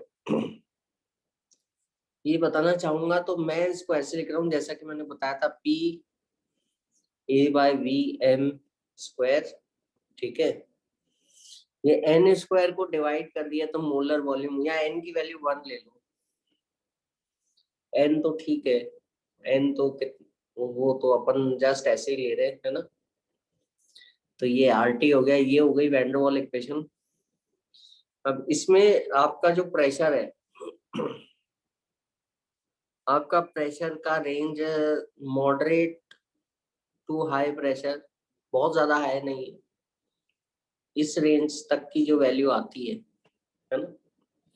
तो इसमें क्या होता है, इसके अंदर ये B की जो वैल्यू होती है ना, तो बहुत छोटी छोटी वैल्यूज होती है, क्योंकि मॉलिक्यूलर वॉल्यूम है ना। जैसे मैं आपको वैल्यूज बताऊं B का, ठीक है, याद करने की तो वैसे जरूरत नहीं है आपको, ठीक है। B का वैल्यूज जो आता है बहुत छोटा वैल्यूज आता है, जो पिछले उसमें क्वेश्चन में भी आपने देखा होगा ऐसे, है ना, 0.00 इस तरह से आता है, ठीक है। तो ये क्या होगा कि वॉल्यूम, प्रेशर बहुत ज्यादा नहीं है, वॉल्यूम तो बड़ा ही रहेगा थोड़ा, है ना। एक मोलर वॉल्यूम, एक मोल के लिए वॉल्यूम बड़ा ही रहेगा, 22.4 लीटर के आसपास अपन जानते हैं, 20-22 लीटर। तो बी का वैल्यू बहुत छोटा होता है उसके कंपैरिजन में, क्योंकि तो मॉलिक्यूल्स का वॉल्यूम है, एक मोल के वॉल्यूम मॉलिक्यूल्स का, ठीक है, इनटू 4। तो वो इतना वैल्यू नहीं आता, तो उसको निग्लेक्ट कर देते हैं। तो इक्वेशन ये बन जाती है।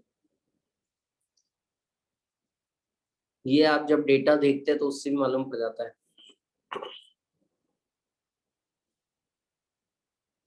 ये इक्वेशन फॉर्म हो जाती है। अब इसके अंदर आप इसके कंप्रेसिबिलिटी फैक्टर को डिराइव कर सकते हो। इसको खोल दो आप, PV plus A/V is equal to RT, है ना। कंप्रेसिबिलिटी फैक्टर PV/RT था, क्योंकि मैंने Z को 1 ले लिया था, N को 1 ले लिया था, है ना। PV is equal to NR, PV/NRT था ना, RT। जब PV का वैल्यू मैंने रखा, RT से डिवाइड कर दिया, तो ये आ गया 1 माइनस, ये इसकी बात कर रहा हूं मैं, 1 माइनस A/V/RT। समझ आ गया, मतलब कुछ मॉडरेट प्रेशर तक Z की वैल्यू नेगेटिव आएगी। यह हाइड्रोजन हीलियम की बात नहीं कर रहा,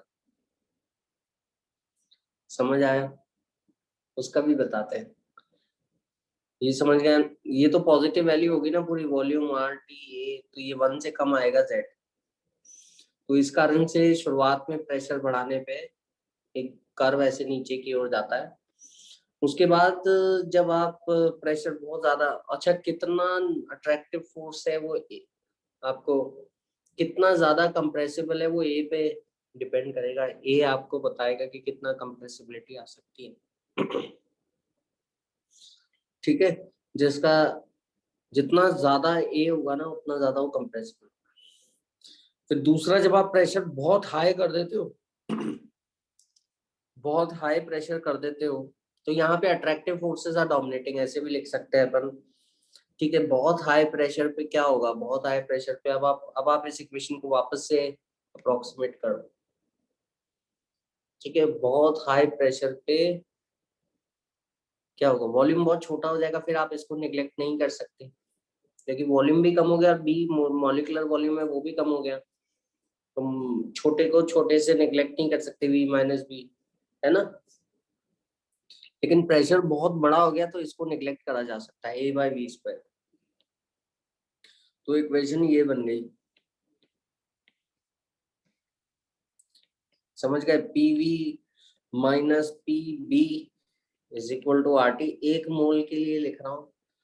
अब ये हो गया जेड, आर टी से डिवाइड कर दिया तो P V by R T Z हो गया, minus P b by R T is equal to 1, R T से डिवाइड कर दिया, Z is equal to 1 plus P b by R T. समझ गए? अब इसमें आप ये देखिए कि यहाँ पर z ग्रेटर देन 1 आ गया, बहुत हाई प्रेशर पे, बहुत ज्यादा 1 से ज्यादा आ गया, मतलब रिपल्सिव फोर्सेस स्टार्ट डोमिनेटिंग। अब B आपको रिपल्सिव फोर्सेस के बारे में जानकारी देगा। अच्छा, ये ग्राफ जो है देखो, ये स्ट्रेट लाइन जैसा है हाई प्रेशर पे, ठीक है, समझ आ रहा है? तो इसका जो स्लोप है कितना होगा, इसका वर्सेस प्रेशर का स्लोप कितना होगा, B बाय आर टी होगा। देखो ये समझ आया कि ऐसे अलग अलग गैसेस के ऐसे स्ट्रेट लाइन, मतलब शुरू में तो कर्व था, बाद में ऐसा ऊपर जाता हुआ ग्राफ हो गया। तो उसका सॉल्यूशन क्या आएगा, स्लोप कितना आएगा, बी अपॉन आर टी। समझ गए? अच्छा, हाइड्रोजन और हीलियम के लिए, ठीक है, हाइड्रोजन और हीलियम के लिए तो ये इक्वेशन ही लगती है, यही लगाएं हमेशा, क्योंकि उनका ए तो 0 के करीब होता है, नॉन पोलर गैसेस हैं, छोटे मॉलिक्यूल है, आपस में पोलराइजेबिलिटी होगी नहीं, अट्रैक्शन होगा नहीं, है ना, तो ए तो करीब करीब 0 के करीब ही रहेगा। ठीक है, तो उसमें ये वाली इक्वेशन ही लगाएं। अब किसका ग्राफ ज्यादा झुका हुआ होगा, ये और ये ग्राफ है, समझ आ रहा है? कौन सा ग्राफ किसका होगा, एक्स और वाई, हाइड्रोजन और हीलियम का कौन सा होगा? स्लोप, स्लोप बताओ जल्दी से, स्लोप चेक करो, स्लोप कितना है, बी एक ही टेम्परेचर पर बी बाय आर टी है, स्लोप दिख रहा है? तो किसका बी ज्यादा है, एक्स ग्राफ किसका है, हाइड्रोजन का है, हीलियम का है? बी क्या होता है अपना, x molecular volume into 4 into N A, ये हीलियम होगा एक्स एक। का ज्यादा है। नहीं, एक्स एक्स कौन है, हीलियम है, एक्स तो हाइड्रोजन होगा ना, नीचे वाला। स्लोप किसका ज्यादा है, पहले तो एक्स और वाई में ये बताओ पहले, स्लोप ढलान किसका ज्यादा है, वाई का? हाँ फातिमा, स्लोप किसका ज्यादा है? वाई का ज्यादा यस सर। है ना, और स्लोप का वैल्यू क्या है, बी बाय आर टी। देखो आप, बी बाय आर टी, अब जिसका बी ज्यादा होगा उसका स्लोप ज्यादा होगा, तो बी किसका ज्यादा है, हाइड्रोजन का ज्यादा है, क्योंकि वॉल्यूम हाइड्रोजन का ज्यादा है, हीलियम तो मोनो एटॉमिक है, तो बी किसका ज्यादा है, हाइड्रोजन का। स्लोप किसका ज्यादा है, हाइड्रोजन का, तो H2 का ग्राफ ऊपर है, हीलियम का ग्राफ नीचे। हाँ, समझ गए सभी लोग, कोई कंट्रोवर्सी तो नहीं है, समझ में आया कि नहीं आया? ठीक है, चलो very good. Yes sir. Yes sir. ये अपन को थोड़ा सा ध्यान रखना है, इसको थोड़ा सा डिलीट करना पड़ेगा।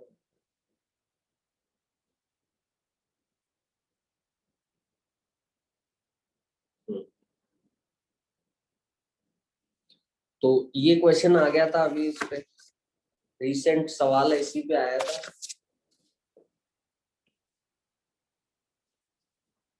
कि नियॉन, आर्गन, क्वेश्चन बता रहा हूं मैं 2019 का, जेनॉन, क्रिप्टन, ये 4 गैसेस हैं, ठीक है, और इनका आइडियल गैस से भी डेविएशन होगा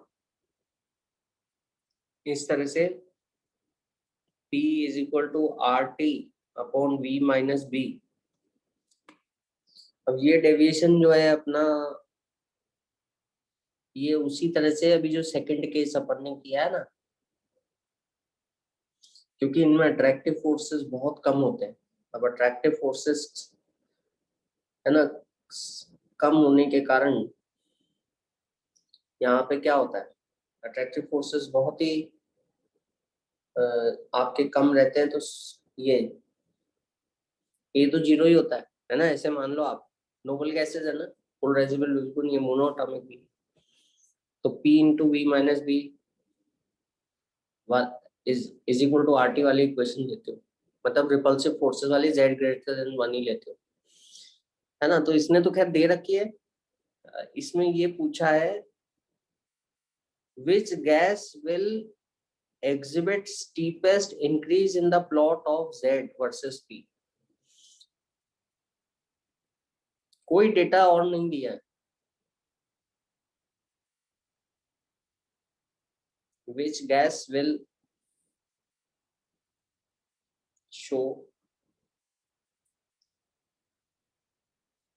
steepest increased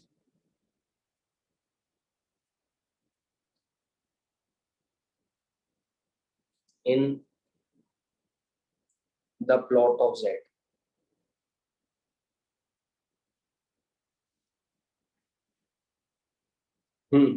और कोई डेटा नहीं है, चार चार है option, neon, argon, krypton, xenon.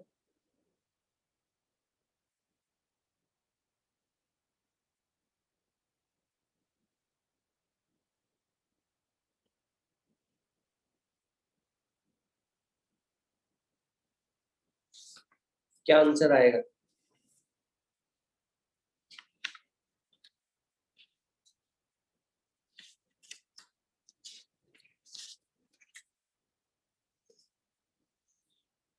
जल्दी बताओ। देखिए, ये रिपल्सिव जोन में आ चुके हैं अपन, ग्राफ के, है ना ये। एक्चुअली जब रिपल्सिव जोन में आता है तो ग्राफ, या तो कई गैसेस, ये नोबल गैसेस के लिए तो ऐसे ही शुरुआत से ही रिपल्सिव जोन में चलता है, क्योंकि ये जीरो होता है तो अट्रैक्शन होते हैं। बाकी गैसेस के लिए भी इस तरह से जाता है ना। तो ये स्लोप की बात कर रहा है ना। स्लोप किसका सबसे ज्यादा होगा, स्टीपेस्ट स्लोप किसका होगा, ये अपन को बताना है।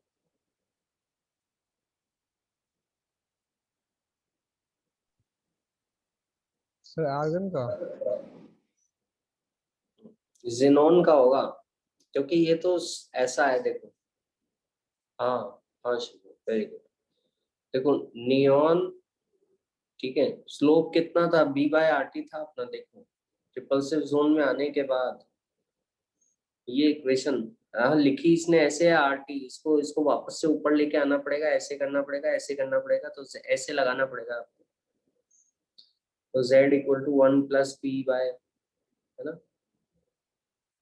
ये इस तरह से करना पड़ेगा। तो यहाँ पे ये x है, ये y है, ये x है, y equal to mx। Slope कितना है, B/RT, ये B/RT है स्लोप।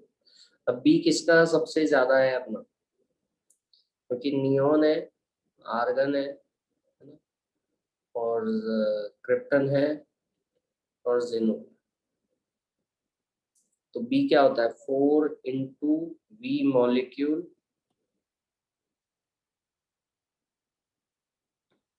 इंटू एवोगैड्रोस नंबर, ये होता है B का वैल्यू। तो इसका सबसे ज्यादा होगा, हाईएस्ट। जिनोन का सबसे अधिक रहने वाला है, तो सबसे ज्यादा स्लोप जिनोन का होगा। ये ग्राफ अपन, हाँ बिल्कुल सही है फातिमा बेटा। जिनोन, क्रिप्टन, आर्गन, नियोन, ना फिर हाइड्रोजन और फिर हीलियम, इस तरह से रहेगा। समझ में आ गया क्वेश्चन? ठीक है, अभी रिसेंट क्वेश्चन है ये, 2019 का ही है, और ये इस पे दिया गया है। ठीक है, फिर बॉयल्स टेम्परेचर किसको कहते हैं अपन,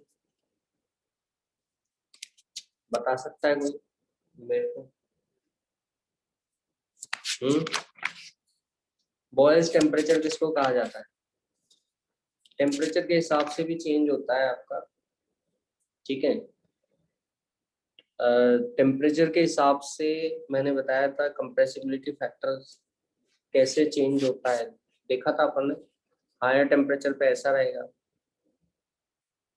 जितना गैस को ठंडा करते जाओगे ना, वो ऐसे होता जाएगा।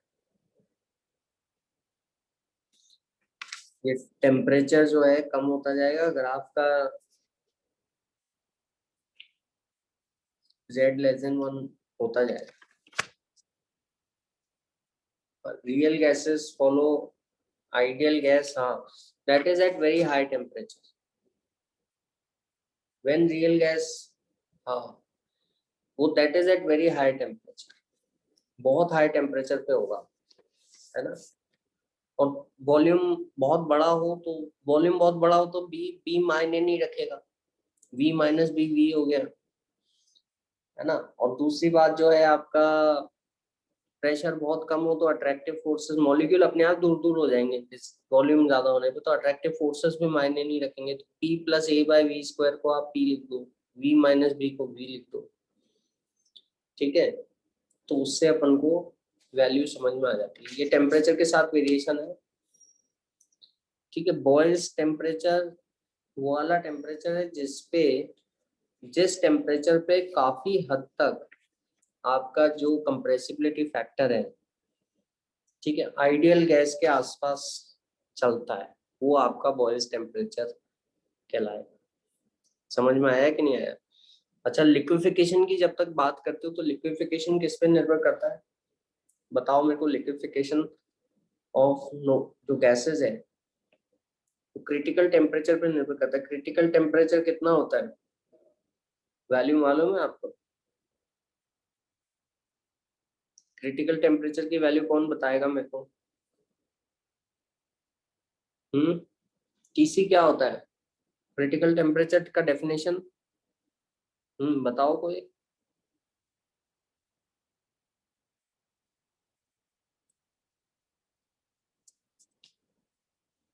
कौन बताएगा? हाँ, देखो गैस को, हाँ, फेज चेंजिंग में काम में आता है। एक तो सिंपल सी बात मैं बता दूं, इसकी वैल्यू पता है कि क्रिटिकल टेम्परेचर की किसी को? वैन डर वाल कांस्टेंट से वैल्यू मालूम है क्या? क्रिटिकल टेम्परेचर क्या होता है सर ना। मतलब और कुछ ऐसा होता है ना, मतलब उस पे दोनों फेस दिख जाते हैं, मतलब हाँ, लिक्विड या गैस के। हाँ, सुपर क्रिटिकल फ्लूइड बन जाता है ना, क्रिटिकल टेम्परेचर पे। क्रिटिकल टेम्परेचर पे सुपर क्रिटिकल फ्लूइड बन जाता है, लिक्विड और गैस के बीच में जो मेनिस्कस होता है गायब हो जाता है, जो इंटरफेस होता है गायब हो जाता है ना। टी लेस देन टीसी पे तो ऐसा है, लिक्विड और गैस, है ना, ये अजीब सा धुंधला धुंधला मास बन जाएगा, है ना, मतलब वेपर भी लिक्विड एक जैसा हो जाएगा, वो नया फेज बन जाता है, इसको सुपर क्रिटिकल फ्लूइड कहते हैं अपन। एक तो ये बात है। अच्छा, दूसरी बात है कि गैस को अगर अपन कंप्रेस करेंगे ना तो वो लिक्विड में चेंज हो जाती है, ठीक है। गैस को अगर आप कंप्रेस करोगे तो लिक्विफाई हो जाती है, क्योंकि पार्टिकल पास पास आएंगे, फिर उनका इंटरमोलिकुलर फोर्स उन पे हावी हो जाएगा तो उनको अट्रैक्ट करके लिक्विड बना देगा, है ना। लेकिन अगर ये लिक्विफिकेशन तभी पॉसिबल है जब आपका टेम्परेचर लेस देन टीसी हो। Liquefaction of gas is only possible if the temperature of the gas is less than Tc. समझ आया? if the temperature is more than Tc, इस स्टेज पे तुम आ गए, अगर सुपर क्रिटिकल फ्लूइड बन गया, फिर तुम कितना ही प्रेशर लगा लो, फिर वो गैस लिक्विड नहीं हो सकती। उसका रीजन ये है कि बहुत हाई वेलोसिटी से पार्टिकल चलेंगे टीसी के बाद, जैसे हाई स्पीड से, जैसे कम स्पीड से पार्टिकल निकल रहे हैं, इंटरमोलिकुलर फोर्सेस उनको खींचेगा और लिक्विड बना देगा।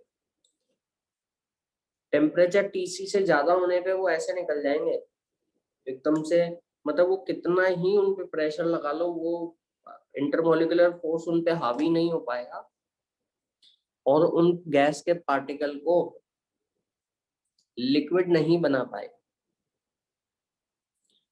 तो अपन, if the temperature of the gas is greater than Tc critical temperature, it cannot be liquefied no matter how high its pressure may be। समझ आ गया? तो लिक्विफिकेशन संभव है T लेस देन Tc पर, T ग्रेटर देन Tc पर liquefaction संभव नहीं है। तो Tc का फॉर्मूला मैं लिख रहा हूं आपको, ये याद रख लेना, 8a/27 RB। समझ आया? और इस पे जो वॉल्यूम होगा, इस टेम्परेचर पे जो क्रिटिकल वॉल्यूम होगा ये होगा 3B, और क्रिटिकल प्रेशर जो होगा PC ये होगा A/27B²। ये याद रखना बहुत जरूरी है। समझ आ गया? अब इसी पे सवाल आ गया आपका, तो इसमें सवाल जो है लेटेस्ट है, अभी मैं यहाँ लिख रहा हूँ। आपकी गैसेस दे दी आर्गन, नियोन, क्रिप्टन, जिनोन, और इनके वैल्यूज दे दी आर्गन, नियोन, क्रिप्टन, जिनोन। इसमें दे दिया A का वैल्यू, B का वैल्यू, ये B का into 10 to the power B upon 10 to the power -2 का वैल्यू है। वो तो खैर कोई फर्क नहीं पड़ता। ये 1.3, 0.2, A का वैल्यू बता रहा हूँ 5.1, ऐसे टेबल दे रखा है क्वेश्चन में, 2019 का क्वेश्चन में। 4.1, ये 3.2, एक्चुअल वैल्यू हो गई 3.2 इंटू 10 टू द पावर -2, है ना। ये ऐसे 3.2 क्योंकि 10 टू द पावर -2 मैंने यहाँ ले लिया नीचे। 1.7, 1.0, 5.0, है ना। Which gas is expected to have highest TC?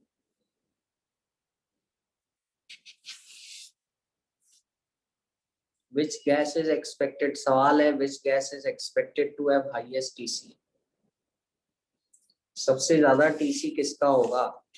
Question समझ में आ गया सबके? 4 ऑप्शन आपके सामने, argon, neon, krypton, xenon. Which gas is expected to have highest TC का वैल्यू किसका सबसे ज्यादा होगा? सर क्रिप्टन का। TC का फॉर्मूला मैंने आपको दे दिया है, A बाय, क्रिप्टन का होगा। क्रिप्टन का आ रहा है, क्रिप्टन का आ रहा है। A/B का रेशियो ले लो आप, है ना। A/B का रेशियो डायरेक्टली आ रहा है 5 के करीब आ रहा है, 5.1 आ रहा है ना यहाँ पे, तो ठीक है। ये तो ये ठीक है। अच्छा, वैसे दिमाग लगा के सोचोगे तो जिनॉन का ज्यादा आता है। अभी खैर जब डेटा दे दिया तो अपना दिमाग काम में नहीं लेना, डेटा को स्टडी करना है। A/B का रेशियो निकालना है 8A/27 R। जी सर, क्योंकि बी सबसे कम ले लेंगे, ए सबसे ज्यादा ले लेंगे। हाँ बिल्कुल सही, है ना। अब दूसरी बात यह है कि अगर दिमाग लगाने की बात है खुद का, तो फिर अपन को सोचना पड़ेगा, जितने ज्यादा इंटरमोलिकुलर फोर्सेस होते हैं ना उतना TC बढ़ जाता है, ये लिख लेना। जितने ज्यादा इंटरमोलिकुलर फोर्सेस होंगे TC विल इंक्रीज।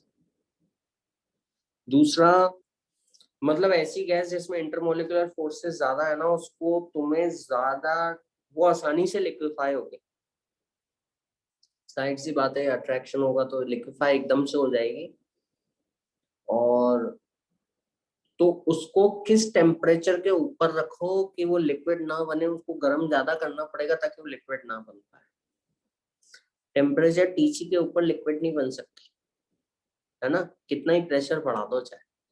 तो जिसमें इंटरमोलिकुलर फोर्सेस ज्यादा है तो TC is directly proportional to intermolecular forces. ये बात ध्यान में रखो आप, ये एड्सॉर्प्शन में भी काम में आती है, physics option. TC is directly proportional to intermolecular forces. The gas which is जैसे वो पता लग ही जाएगा आपको, जैसे मैं लिख देता हूँ आपको यहाँ पर, जैसे SO2 और CO2, इसका TC ज्यादा है।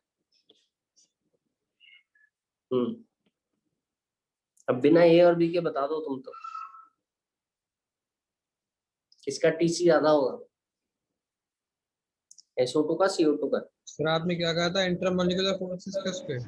हाँ, इंटरमोलिकुलर फोर्सेस ज्यादा होंगे ना, तो मॉलिक्यूल एक दूसरे को खींचना चाहेंगे, लिक्विड आराम से बन जाएगी। तो तो उसका सर मतलब जिसका ज्यादा इंटरमोलिकुलर फोर्सेस होंगे उसकी टीसी ज्यादा होगी। तो सर फिर CO2 का हो जाएगा सर। इंटरमोलिकुलर फोर्सेस SO2 के ज्यादा हैं। अरे भाई देखो, उल्टा डाइपोल हो गया है। हाँ ये डाइपोल इसका है ना, डाइपोल कहाँ कैंसिल हो रहा है, इसका तो डाइपोल कैंसिल हो रहा है, ये भी तो देखो आप, ये दोनों वेक्टर तो कैंसिल हो रहे हैं। यहाँ पे लोन पेयर का है ना, और ये है, ये पोलर जी ज्यादा सर, रहेगा। ठीक है। समझ आया, ये बराबर तो नहीं है, नेट वेक्टर सम 0 तो नहीं आने वाला है ना, तो पोलर है। ये पोलर मॉलिक्यूल का टीसी ज्यादा होता है, क्योंकि पोलर मॉलिक्यूल को ज्यादा गर्म करके रखना पड़ेगा कि वो लिक्विड ना बने,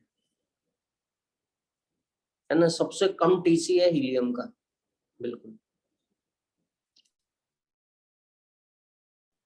फिजिक्स ऑप्शन होता है वो भी टीसी के प्रोपोर्शनल होता है ना। फिजिक्स ऑप्शन में क्या होगा, फिजिक्स ऑप्शन में एड्सॉर्प्शन, फिजिकल एड्सॉर्प्शन, क्योंकि जितना ज्यादा वैन फोर्सेस हैं या डाइपोल डाइपोल है, उतना आसानी से एड्सॉर्ब भी होगा। समझ गए, तो ये ध्यान रखना है अपन को, क्लियर। तो बाकी तो सब करीब करीब इसमें यही आते हैं क्वेश्चंस, और इसके बाद अपन चलते हैं सॉलिड स्टेट पे। सॉलिड स्टेट में तो बहुत मैं डायरेक्ट क्वेश्चन ही बताता हूँ, ठीक है। सॉलिड स्टेट में भी क्वेश्चन आराम आज से स्टार्ट नंबर, करा देंगे, हाँ आज ही स्टार्ट करा देंगे क्या? हाँ, थोड़ा बात तो करें सॉलिड के बारे में, ठीक है। ठीक है, टाइम पड़ा है अभी तो, है ना। तो सॉलिड स्टेट, एक तो अमोर्फस और ये सब बातें मालूम होनी चाहिए, मालूम है ही आपको, है ना। अमोर्फस है और क्रिस्टलाइन है, शार्प मेल्टिंग पॉइंट है, ये सब बातें तो पता ही है, थ्योरेटिकल बातें हैं ना, सब मालूम होनी चाहिए। और दूसरा जो बात है, पता है ना, ये तो सब पढ़ रखा होगा आपने कि अमोर्फस को काट सकते हो, नहीं काट सकते। अमोर्फस को काटोगे तो प्लेन सरफेस नहीं मिलेगा, क्रिस्टल से प्लेन सरफेस मिल जाएगा, है ना। मेल्टिंग पॉइंट फिक्स होता है क्रिस्टल का, है ना। और आइसोट्रोपिक होते हैं अमोर्फस, सब दिशा में एक जैसे होते हैं ना। क्रिस्टल एंड आइसोट्रोपिक होते हैं, क्योंकि पार्टिकल्स आपके, ये तो सब बेसिक चीजें हैं ना। तो जैसे ऐसे आओगे 3 पार्टिकल हैं तुम्हारे, ऐसे ऐसे आओगे 2 पार्टिकल, इस तरह से अपन करते हैं। एंथैल्पी ऑफ फ्यूजन क्रिस्टल का फिक्स होता है, उसमें रेंज होती है, ये सब बातें। फिर क्रिस्टलाइन सॉलिड्स का क्लासिफिकेशन देखना है अपन को। क्रिस्टलाइन सॉलिड्स में 4 क्लासिफिकेशन पता है।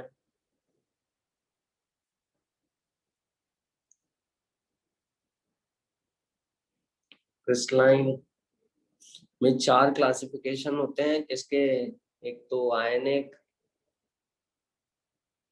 ठीक है, और दूसरा जो होता है मेटालिक। मेटल सारे क्रिस्टल होते हैं, क्योंकि हर मेटल का फिक्स अरेंजमेंट होता है। आपका FCC, BCC, simple cubic, HCP, आयनिक पता ही है, NaCl। ज्यादा बात नहीं करूंगा इनके बारे में मैं। हाँ, दो दो के बारे में जस्ट, एक तो मॉलिक्यूलर, है ना, और एक है कोवेलेंट 3D नेटवर्क।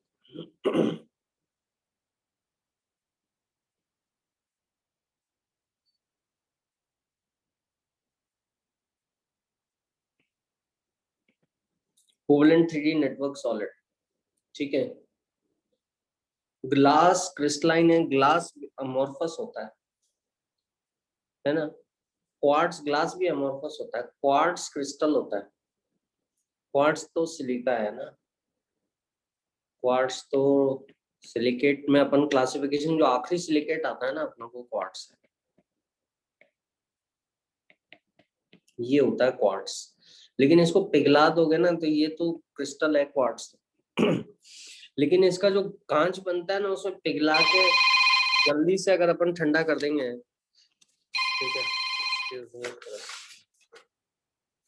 जल्दी से अपन अगर ठंडा कर देंगे तो फिर क्या होगा कि फिर वो ढंग से जम नहीं पाएगा, है ना।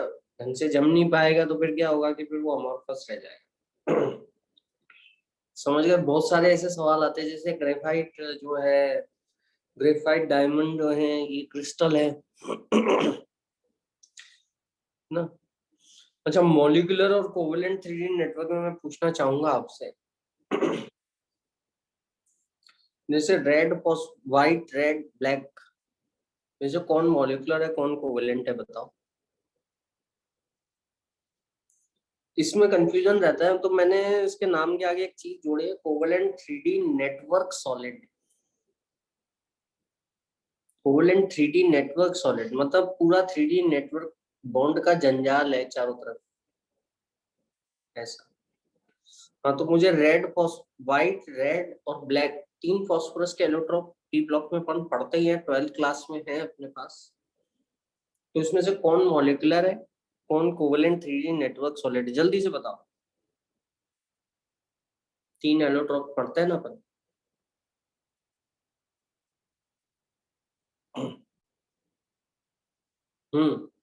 कौन बताएगा चैट में,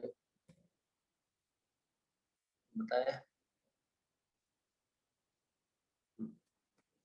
मुझे बताओ मॉलिक्यूलर कौन सा है, ये बता दो चलो। व्हाइट, रेड, ब्लैक, तीन फास्फोरस, कौन है मॉलिक्यूलर।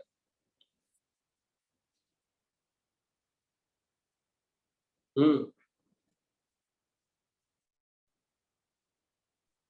सर ये तो नहीं पता।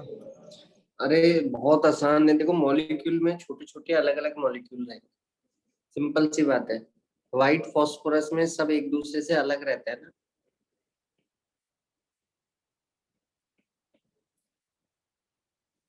बस रेड फास्फोरस में क्या होता है कि तुम इसको गर्म करते हो तो आपस में बॉन्ड टूट के टेट्राहेड्रल जो होते हैं जुड़ जाते हैं ऐसे, ये ऐसे। तो ये इस कैटेगरी में आ गया।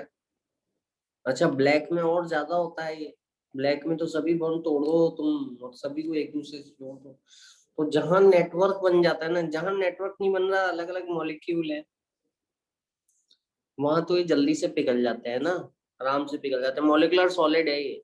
और व्हाइट फास्फोरस इसलिए जानते ही हो सारी प्रॉपर्टीज, इसी बात से देख सकते हो, केमिलुमिनेशन शो करता है, आग पकड़ लेता है।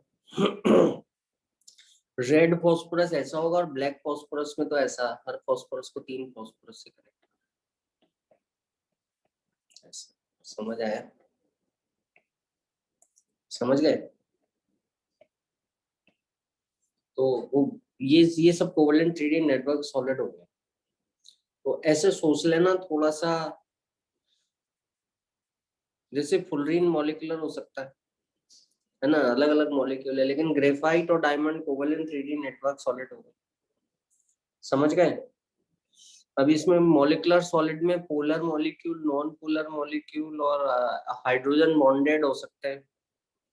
जैसे आइस हाइड्रोजन बॉन्डेड है, पोलर नॉन पोलर भी देख सकते हो, dry dry ice non polar molecular solid है, अलग अलग मॉलिक्यूल है ना, छोटे छोटे डिस्क्रीट मॉलिक्यूल।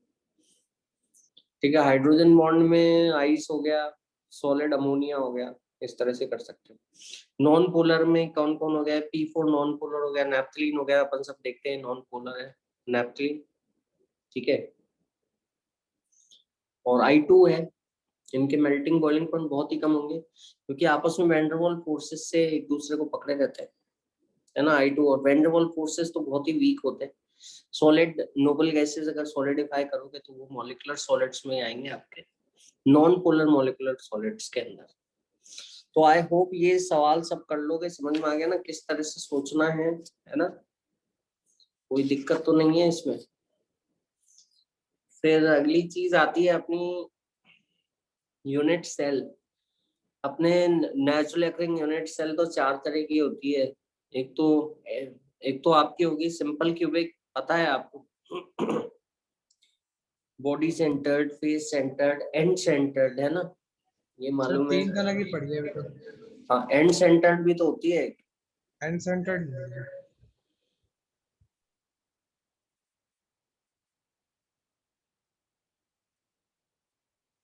ये वाली, कि ये दो अपोजिट फेस पे, पैरेलल फेसेस पे दो एटम होंगे ऊपर नीचे। बाकी तो पता है फेस सेंटर, ये एंड सेंटर कम मिलती है, कम मिलती है तो ठीक है, पढ़ो ना पढ़ो कोई इतना फर्क नहीं पड़ता। तो ये तो यूनिट सेल का क्लासिफिकेशन हुआ। किस आधार पे? इसमें पार्टिकल्स कहाँ कहाँ है, पार्टिकल्स कोनों पर है, सिर्फ कोनों पर है, कॉर्नर्स पे है तो सिंपल क्यूबिक, बीच में भी है एक पार्टिकल तो बॉडी सेंटर, और कोनों के साथ साथ अगर फेस के सेंटर पे तो फेस सेंटर, है ना। तो ये अपन देखते हैं। अब इसमें दूसरा क्लासिफिकेशन है जिसको अपन क्रिस्टल सिस्टम कहते हैं ना। वो किस आधार पे क्लासिफिकेशन, उसका बेसिस क्या है? उसका बेसिस है कि ये यूनिट सेल के डायमेंशंस कैसे हैं, तीनों साइड बराबर है क्या, सारे एंगल 90 डिग्री पे हैं, तीनों साइड बराबर है, वो आपका क्लासिफिकेशन होता है क्रिस्टल सिस्टम। 7 क्रिस्टल सिस्टम आते हैं, पता है कौन कौन से 7 क्रिस्टल सिस्टम में? रट लेना, डायरेक्ट सवाल आता है इस पे, है ना, सिर्फ रटने के ऊपर है ये। हाँ, तो कौन कौन से क्रिस्टल, सबसे आसान कौन सा है, सबसे बेसिक, सबसे ऑब्वियस पता है ना अपन को, कौन सा? Simple cubic. सिंपल क्यूबिक में क्या करोगे, तीनों साइड, सारी साइड बराबर कर दो, है ना, सारे एंगल बराबर कर दो, 90 डिग्री कर दो, ए बराबर बी बराबर सी, अल्फा बराबर बीटा बराबर गामा, इन सब एंगल 90 डिग्री, ये पता है ना। जी सर। फिर इसके बाद इसको टेट्रागोनल में क्या होता है, जल्दी से बताओ, याद रखना पड़ेगा ये, कौन बताएगा? हम्म। सर एक साइड अलग होती है हाँ, एक साइड को बड़ा कर दो, और टेट्रागोनल, एंगल सारा 90 होता है। अभी भी एंगल 90। तो इसके बाद आएगा टेट्रागोनल, और टेट्रागोनल के बाद आएगा ऑर्थोरोम्बिक, उसमें सारी साइड को मेरे साइड से अलग होता है। हाँ 90 डिग्री अभी भी बरकरार है अपना, 90 डिग्री का तीनों एंगल। उसके बाद मोनोक्लिनिक, मोनोक्लिनिक में क्या होगा? सर दो एंगल्स 90 डिग्री के होंगे, एक अलग होगा। हाँ, मोनोक्लिनिक में क्या करो कि तीनों साइड, अभी तीनों साइड अपन ने बिगाड़ दी थी, एबीसी बराबर नहीं था, तो मोनोक्लिनिक में ऐसा कर दो आप, ये ध्यान रखना है ना, इस पे क्वेश्चन आ जाते हैं, ऐसे झुक गई एक तरफ से, है ना। मोनोक्लिनिक और ट्राई क्लिनिक में, try clinic is the most unsymmetrical, ना तो तीनों साइड बराबर, ना तीनों एंगल बराबर, ना 90 डिग्री, सब कुछ बिगाड़ दिया अपन। ट्राई क्लिनिक, तीनों एंगल बिगड़ गए, है ना। मोनोक्लिनिक में तो एक ही एंगल बिगड़ा, है ना। मोनोक्लिनिक सल्फर होता है, ट्राई क्लिनिक, है ना। और ट्राई क्लिनिक में सब कुछ बिगड़ गया, तीनों साइड भी अनइक्वल हो गए, तीनों एंगल भी अनइक्वल हो गए, और कोई भी 90 डिग्री नहीं रहा, ऐसे याद कर सकते हो। फिर थोड़ा बनाने की, सब कुछ बिगाड़ दिया तो अब क्या बिगाड़ोगे, अब तो बनाने की कोशिश करो वापस से, है ना। तो फिर अपन आते हैं इस पे, रोम्बोहेड्रल या ट्राइगोनल पे। रोम्बोहेड्रल पे अपन ऐसा करते हैं कि चलो वापस से बनाने की, ट्राई क्लिनिक में सब कुछ बिगाड़ दिया अपन ने, है ना। A is equal to B is equal to C, alpha is equal to beta is equal to gamma, है ना। बट 90 डिग्री अभी नहीं है, सब 90 डिग्री हो गया तो वो सिंपल क्यूबिक बन जाएगा फिर तो,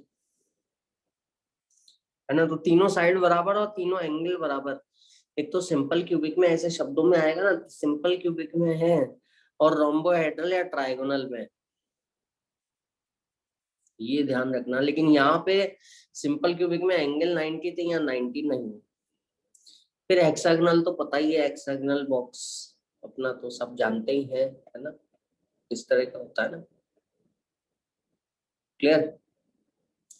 तो ये तो 7 क्रिस्टल सिस्टम है, यूनिट सेल के एंगल और लेंथ के आधार पे क्लासिफिकेशन है, उसमें कॉर्नर पे पॉइंट है। यूनिट सेल में अपन सिर्फ देख रहे हैं पार्टिकल कहाँ लोकेटेड है।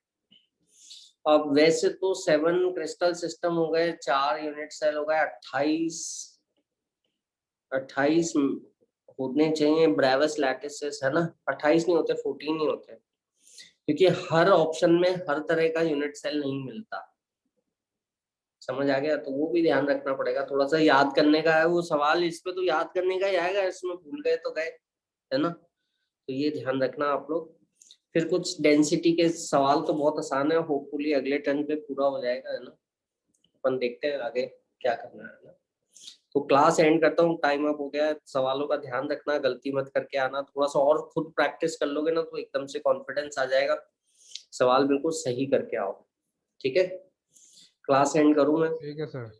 चलो, thank you. Bye bye, take care.